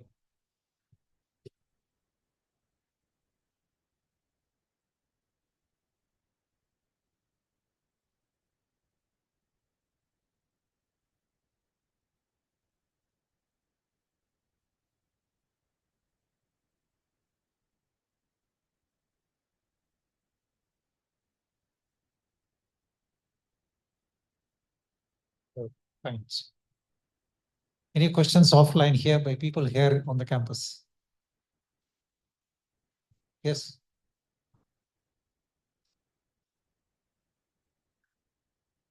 Good morning, sir. My name is Prasanna. I'm from second year mechanical engineer student. So this question is regarding the sports testing. So I'll start with the kind of a thing. What happens is that you have data analytics right now in sports, right? When you talk about NBA, there are strategies involving where people think that if you attempt a lot of threes, you get more higher chance of getting a better game in the end, in the long run. So these data analytics has changed the game strategy. So when we talk about design of maybe equipment or maybe a pole vaulting is a good example, body mechanics of the shape. Are there any examples that you can give where the study of mechanics in sports has maybe changed the strategy, gaming strategy, or any inspiration, anything? So that's what I wanted to talk about in that slide. Because initially we thought that, okay, we can do experimental analysis, we can do same thing, physics-based numerical analysis. But as you pointed out, we have, so suppose the simplest example in cricket I can say is, suppose the trajectory because the cameras are there and even Hawkeye is there and all those things are there. So you can train a model, let's say where it will impact and where it goes. In reality, you are seeing, let's say in a test match, hundreds of ball being bowled. So this is the impact area and it got spin here, this got spin here and all those things. Based on that, you can train your machine learning model and it will predict that, okay, after the impact, it will be going in that direction and hitting the wicket. So Hawkeye is something related to that. It actually predicts where the ball is going, whether the ball is going to hit the wicket or not, whether it's LBW out or not. This is one example. Then in other sports, even like simpler example, if you want to select a player for your team, like if you know the stats of it, I think there are video games also based on that. Like you have this max higher pace, higher stamina, something like that. So you can use AI there as well to create a better model. So what is suited for it? You are looking for a bowler, then you get this, you give 100 bowlers to it and it will select the optimum out. So that is, I think, the simplest example I'm understanding. To also continue the same question, when we talk about designing equipment for para-athletes like the artificial legs, can you give any starting literatures or something to look into it? Because But actually, if I remember, Professor Sujata in IIT Madras also is developing something to not athletes, but for para. I think how to improve the performance there, because the same wheelchair should, I think the tennis player play with the wheelchair. So that same wheelchair can be not so much, what should I say? It should not give much pain, but it should go on for a complete duration of the match. So I think we can share that literature. this is regarding the ballistic impact slide. So when we do testing, tensile testing, there are standards like you have the T-bone configuration, you test all of those, right? So when we're doing crash testing or ballistic testing, of course, we need to have some attachment points on the missile which we're testing, right?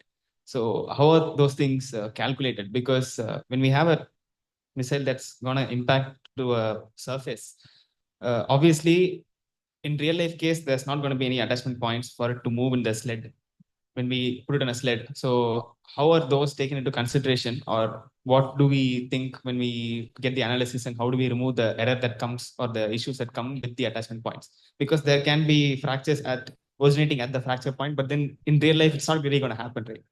So simulation is what we try to use for simulating what is happening in real life.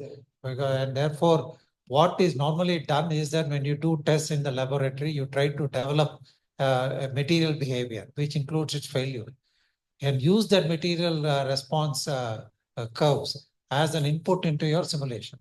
And then simulation can be done for any bounded value problem of any type, of new situations which you have not yet tested in the past. And that's the advantage of computational tools and so on. That's what people are doing in all cases.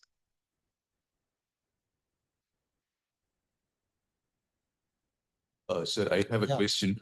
So this is regarding that Shirodhara technique that you were showing there. See, in my understanding, impact mechanics is more, a relationship between momentum transfer and material properties in very broad sense. Right. Whereas in Shirodhara, it looks like it's a very complex problem because you have soft tissue mechanics, you have chemical flow where, you have, pheromones, say, for example, cortisol levels come down, dopamine level goes up and so forth. And then there is even an electrical nerve impulse coming up because you have electrical signals. So wouldn't it not be more of a complex system way of viewing it, or a multi-physics system way of viewing it, rather than an impact mechanics way of viewing it, sir? It's multi-physics initiated by an impact. That's how it is important. Yes. Therefore, you start something, then something happens inside, and then it transmits some signals. You have to record the signal. Mechanics of impact also seems to play a role in the way the treatment takes place. What we have seen in the literature that, if you don't do it with a continuous flow and do it as a drop by drop, it causes a torture. So why does it cause a torture if you produce the same force in a different way is a mystery. And therefore, we need to do more research in that. That's all we want to say. Okay, thank you. Right.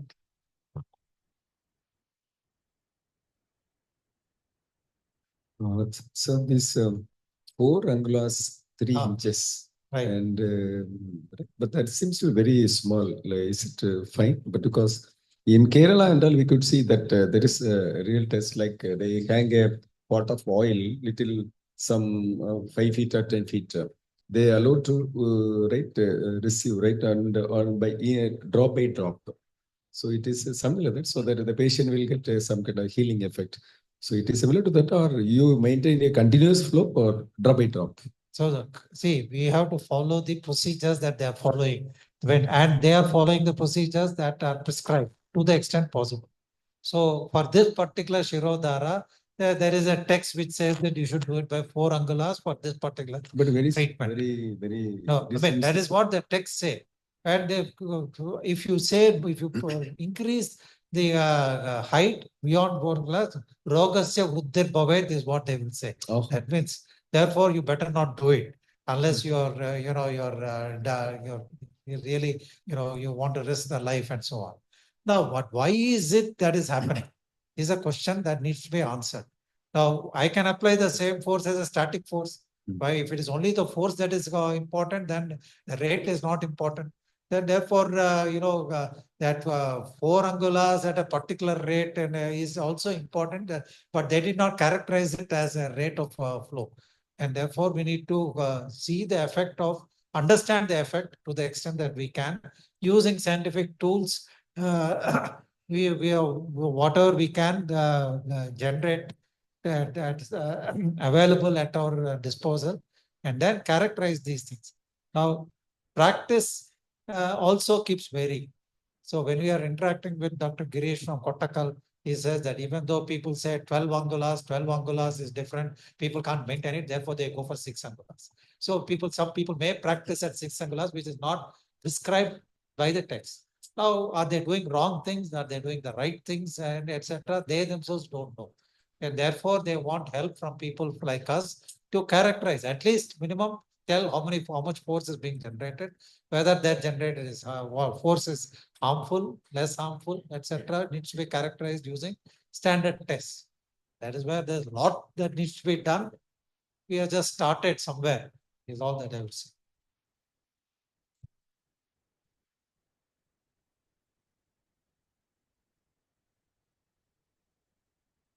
Good morning, sir. Myself, Rishabh Kumar, final year mechanical engineering student. Actually, my question is related to the impact mechanics in sports. Actually, sir, as you talked about the cricket bat and all these things, my question is related to the combat sports. In combat sports, like in boxing and wrestling, as far as I know that whatever I have studied, that when we study the body parts, we basically take the outer surface of the body, that how much pressure that a person is hitting with this much pressure, hit this much force, so the stress is coming in this. But in some cases, the internal injuries are there, like some bruises are there. So in internal cases, like we have some bones, tissues, ligament, tendon. So can we model that with these? Because a lot of people are doing, in terms of internal effect. You start with external effect in terms of momentum transfer. How that momentum transfer will affect the internal structure is a series of things that needs to be done in a systematic way. For example, what Devi Prasad is working, he is working on first characterizing the pressures. And another student who is working on the type of kinematics that produces. And finally, in terms of the type of forces and stresses that are being generated in the tissues, which may cause failure. That is a physical failure. Then there are the other internal things that happen. A lot is going on and a lot more needs to be done. That's what I would say. Thank you, sir.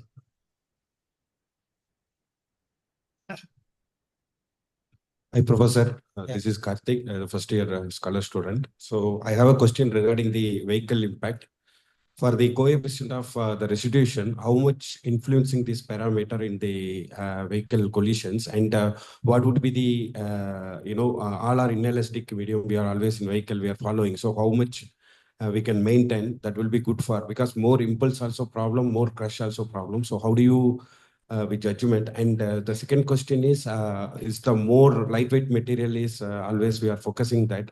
And going forward, the any optional we can go for the casting part, like which can be withstand for the impact. This is the main thing. So first thing is there are two, there is an energy absorption.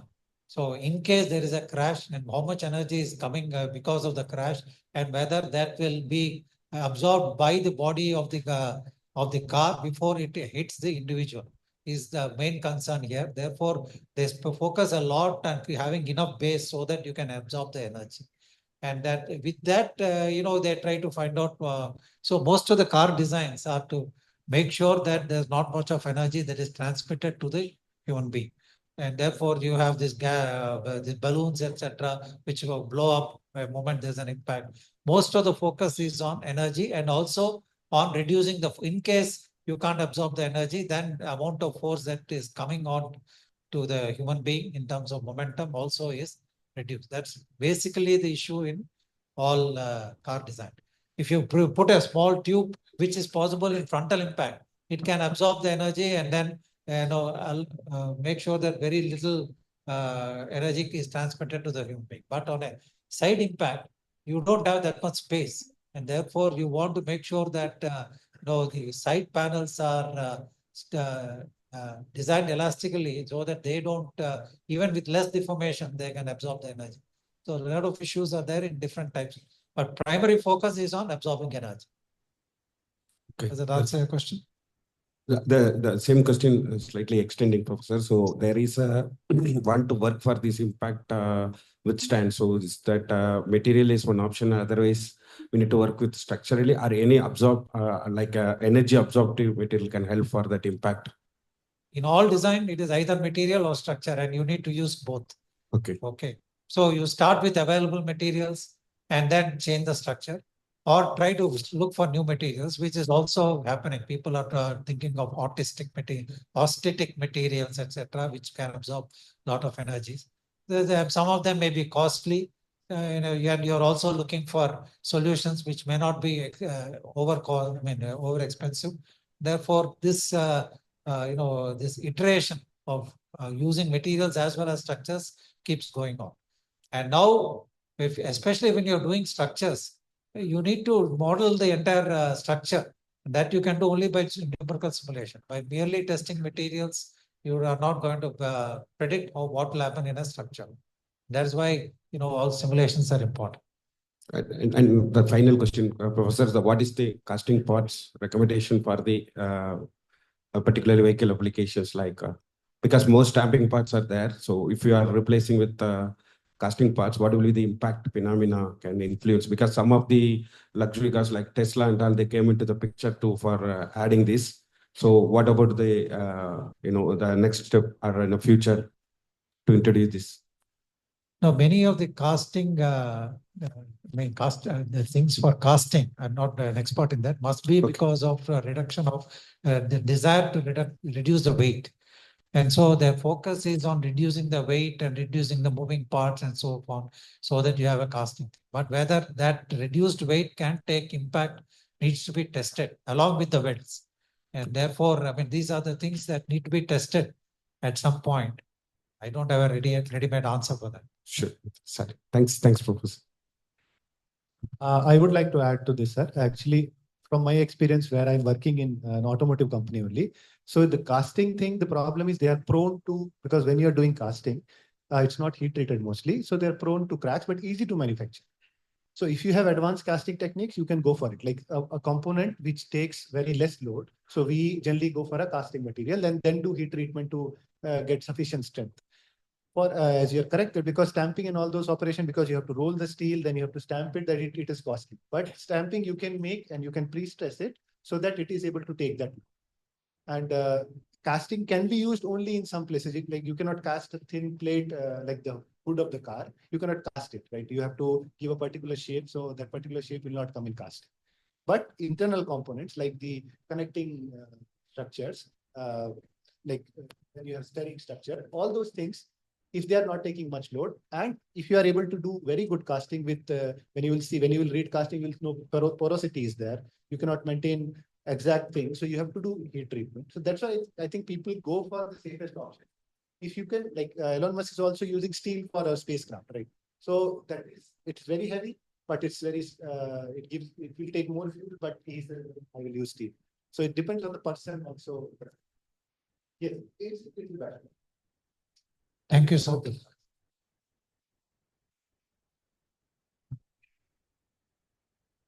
Hello, I'm Sundareshwar, a second year mechanical student. So, like seeing all these problems, I had a question as to, if you have a problem in impact mechanics, how do I approach it? If I have a fresh problem, how do I approach it? I've seen that a common thing is that there is a lot of numerical analysis, there is modeling, there is finite element methods, and then there is experimentation. Like, what is the exact procedure to be followed? Because because it's a bit confusing. Being a mechanical, being a BTech student, like I am not just right now exposed to all of this, but I'm curious as to what happens in See, research.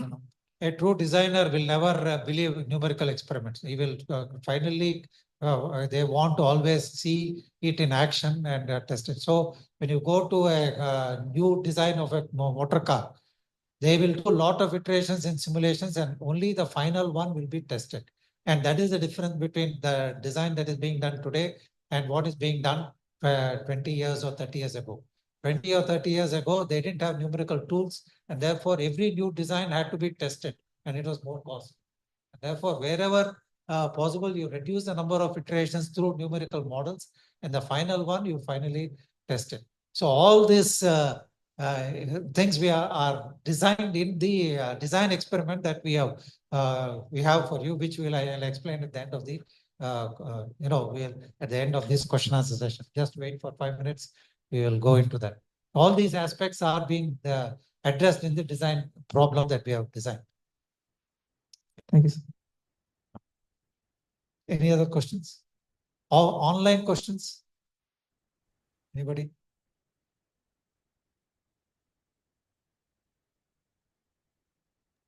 Okay, so very good afternoon. We are from Manet Bhopal. So we are having very small question, like when we were discussing about the impact with some kind of jacket, okay, that type of situation. So they were talking about the constitutive modeling, and they have defined the degradation parameter. So how they have means uh, included the crack mechanics in that, means how the physics based damage they have involved in their means whatever they find in that constitutive model. Rama, you want to answer? Hello.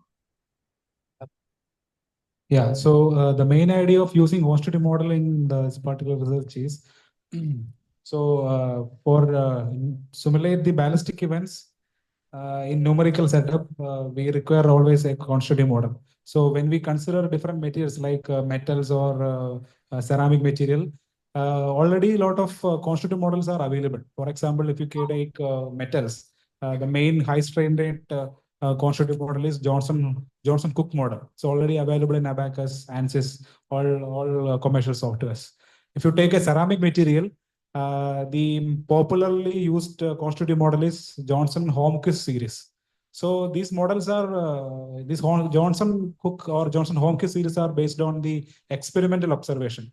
So, for example, if you have alumina or silicon carbide or boron carbide, that constitutive model, that JH model, Johnson-Holmquist series model, have multiple parameters. Like, for example, for alumina, it has around 20 parameters. These 20 parameters are actually come from the curve fitting of experimental observation. For example, they have to do quasi-static experiment, plate impact experiment, and even XHPV experiment. We have to do multiple experiment. From this experiment, they will get multiple curves. For example, stress strain curve. So then we have to optimize that curve and we have to find out a parameters. So around 20 parameters are required for even for Johnson-Holmquist series, for especially for aluminum and silicon carbide type of material. So our aim is to develop a constitutive model which has very less number of constant and doesn't require that much of experimental observation. And another disadvantage of using phenomenological model or completely experimental based models are it cannot predict any value beyond which it is calibrated. That's the main one of the another disadvantage of phenomenological models, such as JH or JC models. So our aim is to develop constitutive model which is coming from the micromechanics, so that it can predict wide range of applications, and as well as to reduce the number of constants. So, for example, in our case, our number of constants in our case is around seven only. Compared to JH model, it has 20 constants. So we require very less number of experiment as well as very less number of parameters to develop a constitutive model and use it in a numerical setup. So only thing is, whenever we develop a new constitutive model, we have to write our own subroutine. For example, in case of Abacus, we have to write UMAT or VUMAT. These are user-defined material subroutine. We have to write and we have to interact with our FE software. That's the only practical difficulty when we develop our own model. So that's why we are trying to develop a constitutive model based on the micromechanism. Okay, thank you. Yes. Dr. Kiran Kumar Namala asks, good morning, sir. Can we develop energy cancellation mechanism in the transverse direction? Energy absorption or cancellation? Sir, you can unmute yourself and ask, I think, explain a Sir, little bit. good morning, sir. Yes, sir. Sir, I am Kiran Kumar. I'm student of Professor Mahajan from IIT Delhi, sir. Yes. Sir, I worked on impact, and now I'm working on developing the sandwich composite structures for energy absorption phenomena. Now, after discussing, after listening to these sessions, I thought that is there any possibility we can generate a mechanism where we can cancel the energy in the transverse direction? Just like most of the time, what we are thinking now is about energy absorption by the material which is in the transverse direction, so that it will not be dissipated in the through the thickness direction. Now, my question is that can we able to develop a mechanism where it's not about absorption, let it gets cancelled in the transverse direction, like friction. Friction is kind of like, so, sir.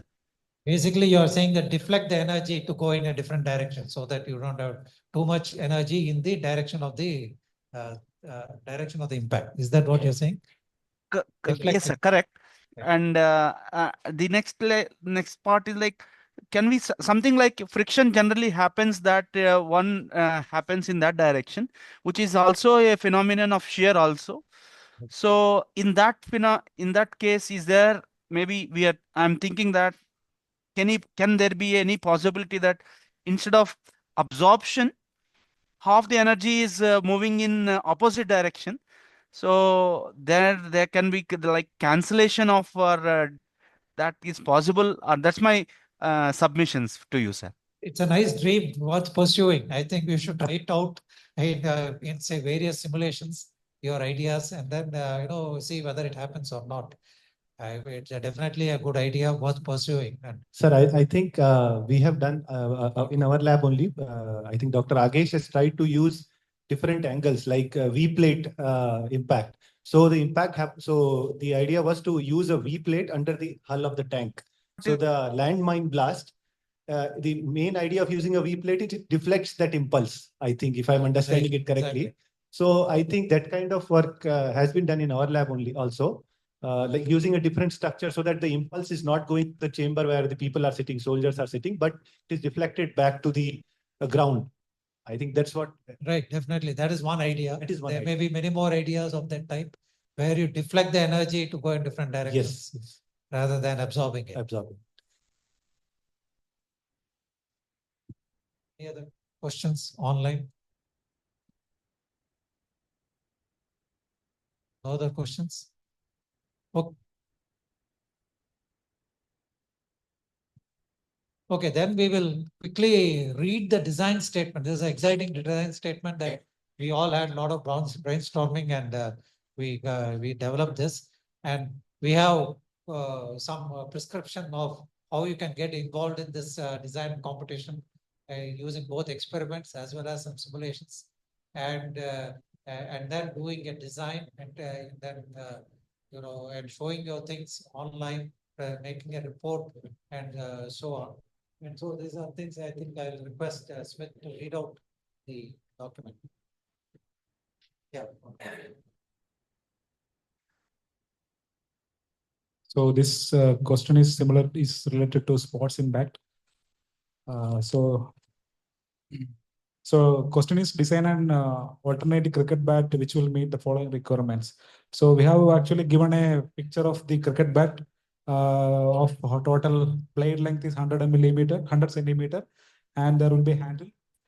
And we have to hit the ball exactly at the middle of the blade. So that is 50 centimeter from the hold of the bat. So we have given the velocity of impact, that is 20 km/h. So that normally the velocity of impact in cricket is ranging from 70 km/h to 150, but we have to do experiment also. So we are limiting our velocity in 20 km/h, so that in actual scenario we can replicate that. Otherwise, we need a bowling machine or any other setup to have that much higher velocity. So basically, we have to design the bat for this particular velocity, and designing in the sense designing a profile of the bat. So there is a picture, figure number 2. There's a typical bat profiles from the side view. So in the first case, if mass is around the middle or near the middle, and the second case, the mass is near to the end of the bat. So like this, you can try different types of bat profiles, and you can try which will be having maximum coefficient of restitution. That means the output we are getting from this much of impact velocity, what will be the maximum output that we can obtain. So that is the question. So I'll read out the question first. First is we have to make a impact at 50 centimeter from the bottom hole of the bat. And the second one, we have to design a profile with a cashmere willow wood. So the wood we have to select here is cashmere willow wood. And the velocity of impact is 20 km/h. And at least you have to choose 3 different profiles. Like you have shown 2 different profiles here, like this, or different than this. So you can choose 3 different profile, and you have to do multiple numerical studies and find the best profile. And once when best profile is obtained, so for that you have to do you can take any commercial software such as Abacus or LS Dyna. This is actually a dynamic problem. We need a explicit analysis. So we have to use Abacus or LS Dyna. So we can use a student version of Abacus, and you can do the simulation and find the best profile. Depends upon your numerical simulation data. Then once the best profile is got, second, third part is fabricate the best profile using Kashmir willow. The So problem statements are not we have to visible. maintain a standard for all the group members. So bat handle you can choose as a senior size, and once we made the blade, there will be a V slot at the one of the end. There we should fix the handle. You can use a wood Fevicol to fix the handle. Then final question is the performance of the design must be calibrated with the simple experiments. So related to numerical simulation as well as experimentation, we have given a Google Drive link where the instructions and hints are given. You can follow that. And once it is done, next step is to submit this report. There should be at least maximum 8 pages. Font size, everything is given. And you have to be a brief literature review. And results have to be explained properly. And there should be a comparison between numerical and simulation work. And finally, you can tell that what will be the conclusion, what will be the best profile for this particular problem, and final references. And for a special instruction point of view, you can actually the group of 3 members, and there should be second year and third year BTech student. Even first year also allowed, but along with the first year student, there should be at least second year or third year student should be there. And each team member should be certified by a faculty member from that institute, and cross-institute collaboration is not allowed. And as a special instruction, you can take help from the faculty or anyone from your institution.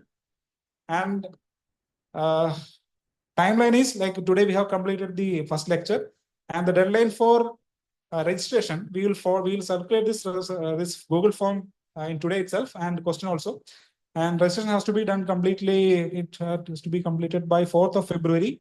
Then after completing the numerical simulation and experimentation, you can submit your design report by 21st February.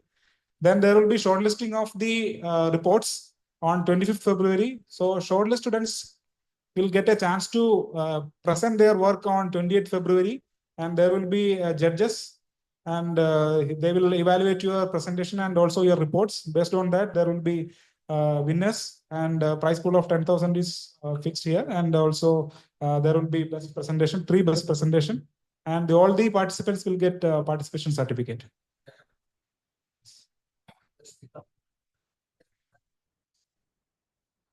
First year students actually good part is design of a bat and fabricated a bat. So they have a good advantage, but they may not have done experiments. Correct, or, sir, or correct. finite element simulation. Yes, sir. So all that we want them to do. Okay. Along with second and because second Now- year, third student might have done a little bit. Yeah. So therefore we want this thing. I mean, if many more first years are there, let them team up with many more in the second year and third year. So is there a limit? I wanted to ask. Sir. Number of teams, we have no limit. No limit on number No of limit. teams. Everybody who participates will get a certificate. Yes, there's no problem about that at all. Okay. So we'll forward this to our Yes, sir. first year. There's no problem. So you can, anybody I can mean, take- actually, the other question was the composition of the team. Is it so strict? Because they may actually find comfort with third year and final year students, if not with second year students. No, like that. we are not disturbing the fourth years. They'll be busy with placements. and- Sure, sir. Sure. So second or third year, anyone, they can help. Okay. Because we have here mentor-mentee concept where first year students are allotted. Each first year student is Right. allotted to mentor. So mentors are usually in the third year and final year, sir. So they may have comfort. No problem, teaming. but mentors may not be interested in doing analysis or even doing experiment. Interesting thing is that we tested it out. Even using a simple cell phone camera, you can do velocity measurements. You just have to record it and play it at slow speed, and you can get the velocities. So you do your equipment is not a bar in doing the minimum things that are prescribed here. Anything more than that, we don't prevent you from doing it. You have a high-speed camera, you have access to, higher end of abacus or all that. You do the minimum, then do the extra things, and you can take the help of any faculty because you want to win a prize. Okay.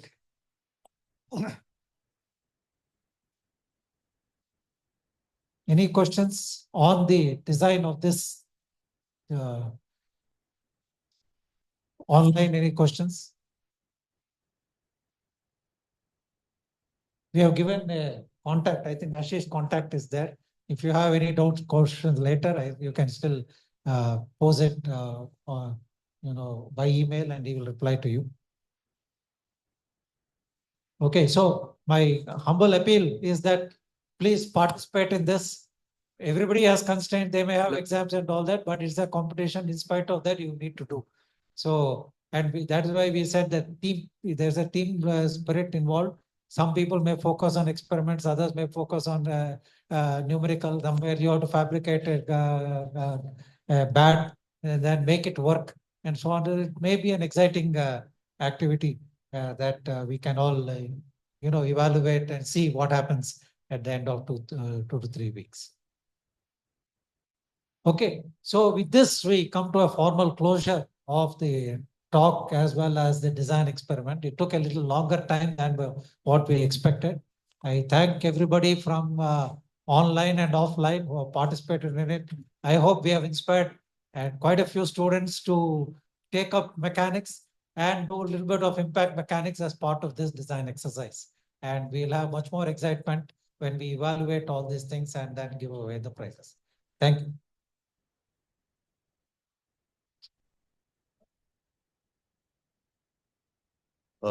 Okay, I now declare the session to be closed. And at this juncture, I wish to thank a number of people because it's such a splendid event that has happened. And of course, it starts with Professor Lakshman Rao and his team for such an interesting session, which went across several planes of breadths and depths. So that is the way to describe up to this. All the way from kind of a Ayurvedic massage to impact of bullets, we have now understood in different way. So we are really thankful to their team to coming up here and giving such an invigorating session. And of course, it goes without saying that the entire team in IIIT DM, from our director to the head of our department in mechanical engineering and my dear faculties and students up here, need a huge mark of gratitude up here. There are two specific people whom I need to really, put up my, thanks and gratitude. And they've been a real solid brick, as they say in English. One, who is not here, Professor Jaybal, he was real rock solid support to whatever it has happened up here for me to do this. The second is Mr. Kavi Priyan, the technician and the technical engineer handling the IT up here. He has really burnt the midnight oil for this particular event to happen. So let us have a round of applause to conclude this. Thank you so much. And at this juncture, I request, we have a senior faculty, is in fact the senior most faculty at IIITDM, Professor Sri Kumar. I request him to hand over a memento to Professor Lakshman Rao as a token of gratitude for this wonderful session that has happened right now. Sir.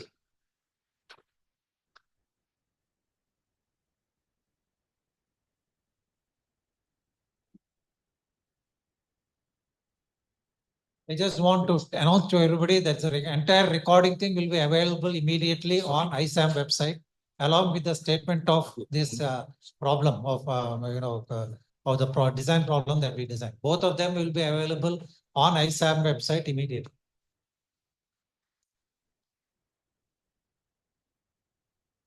Thank you so much, Professor Lakshman.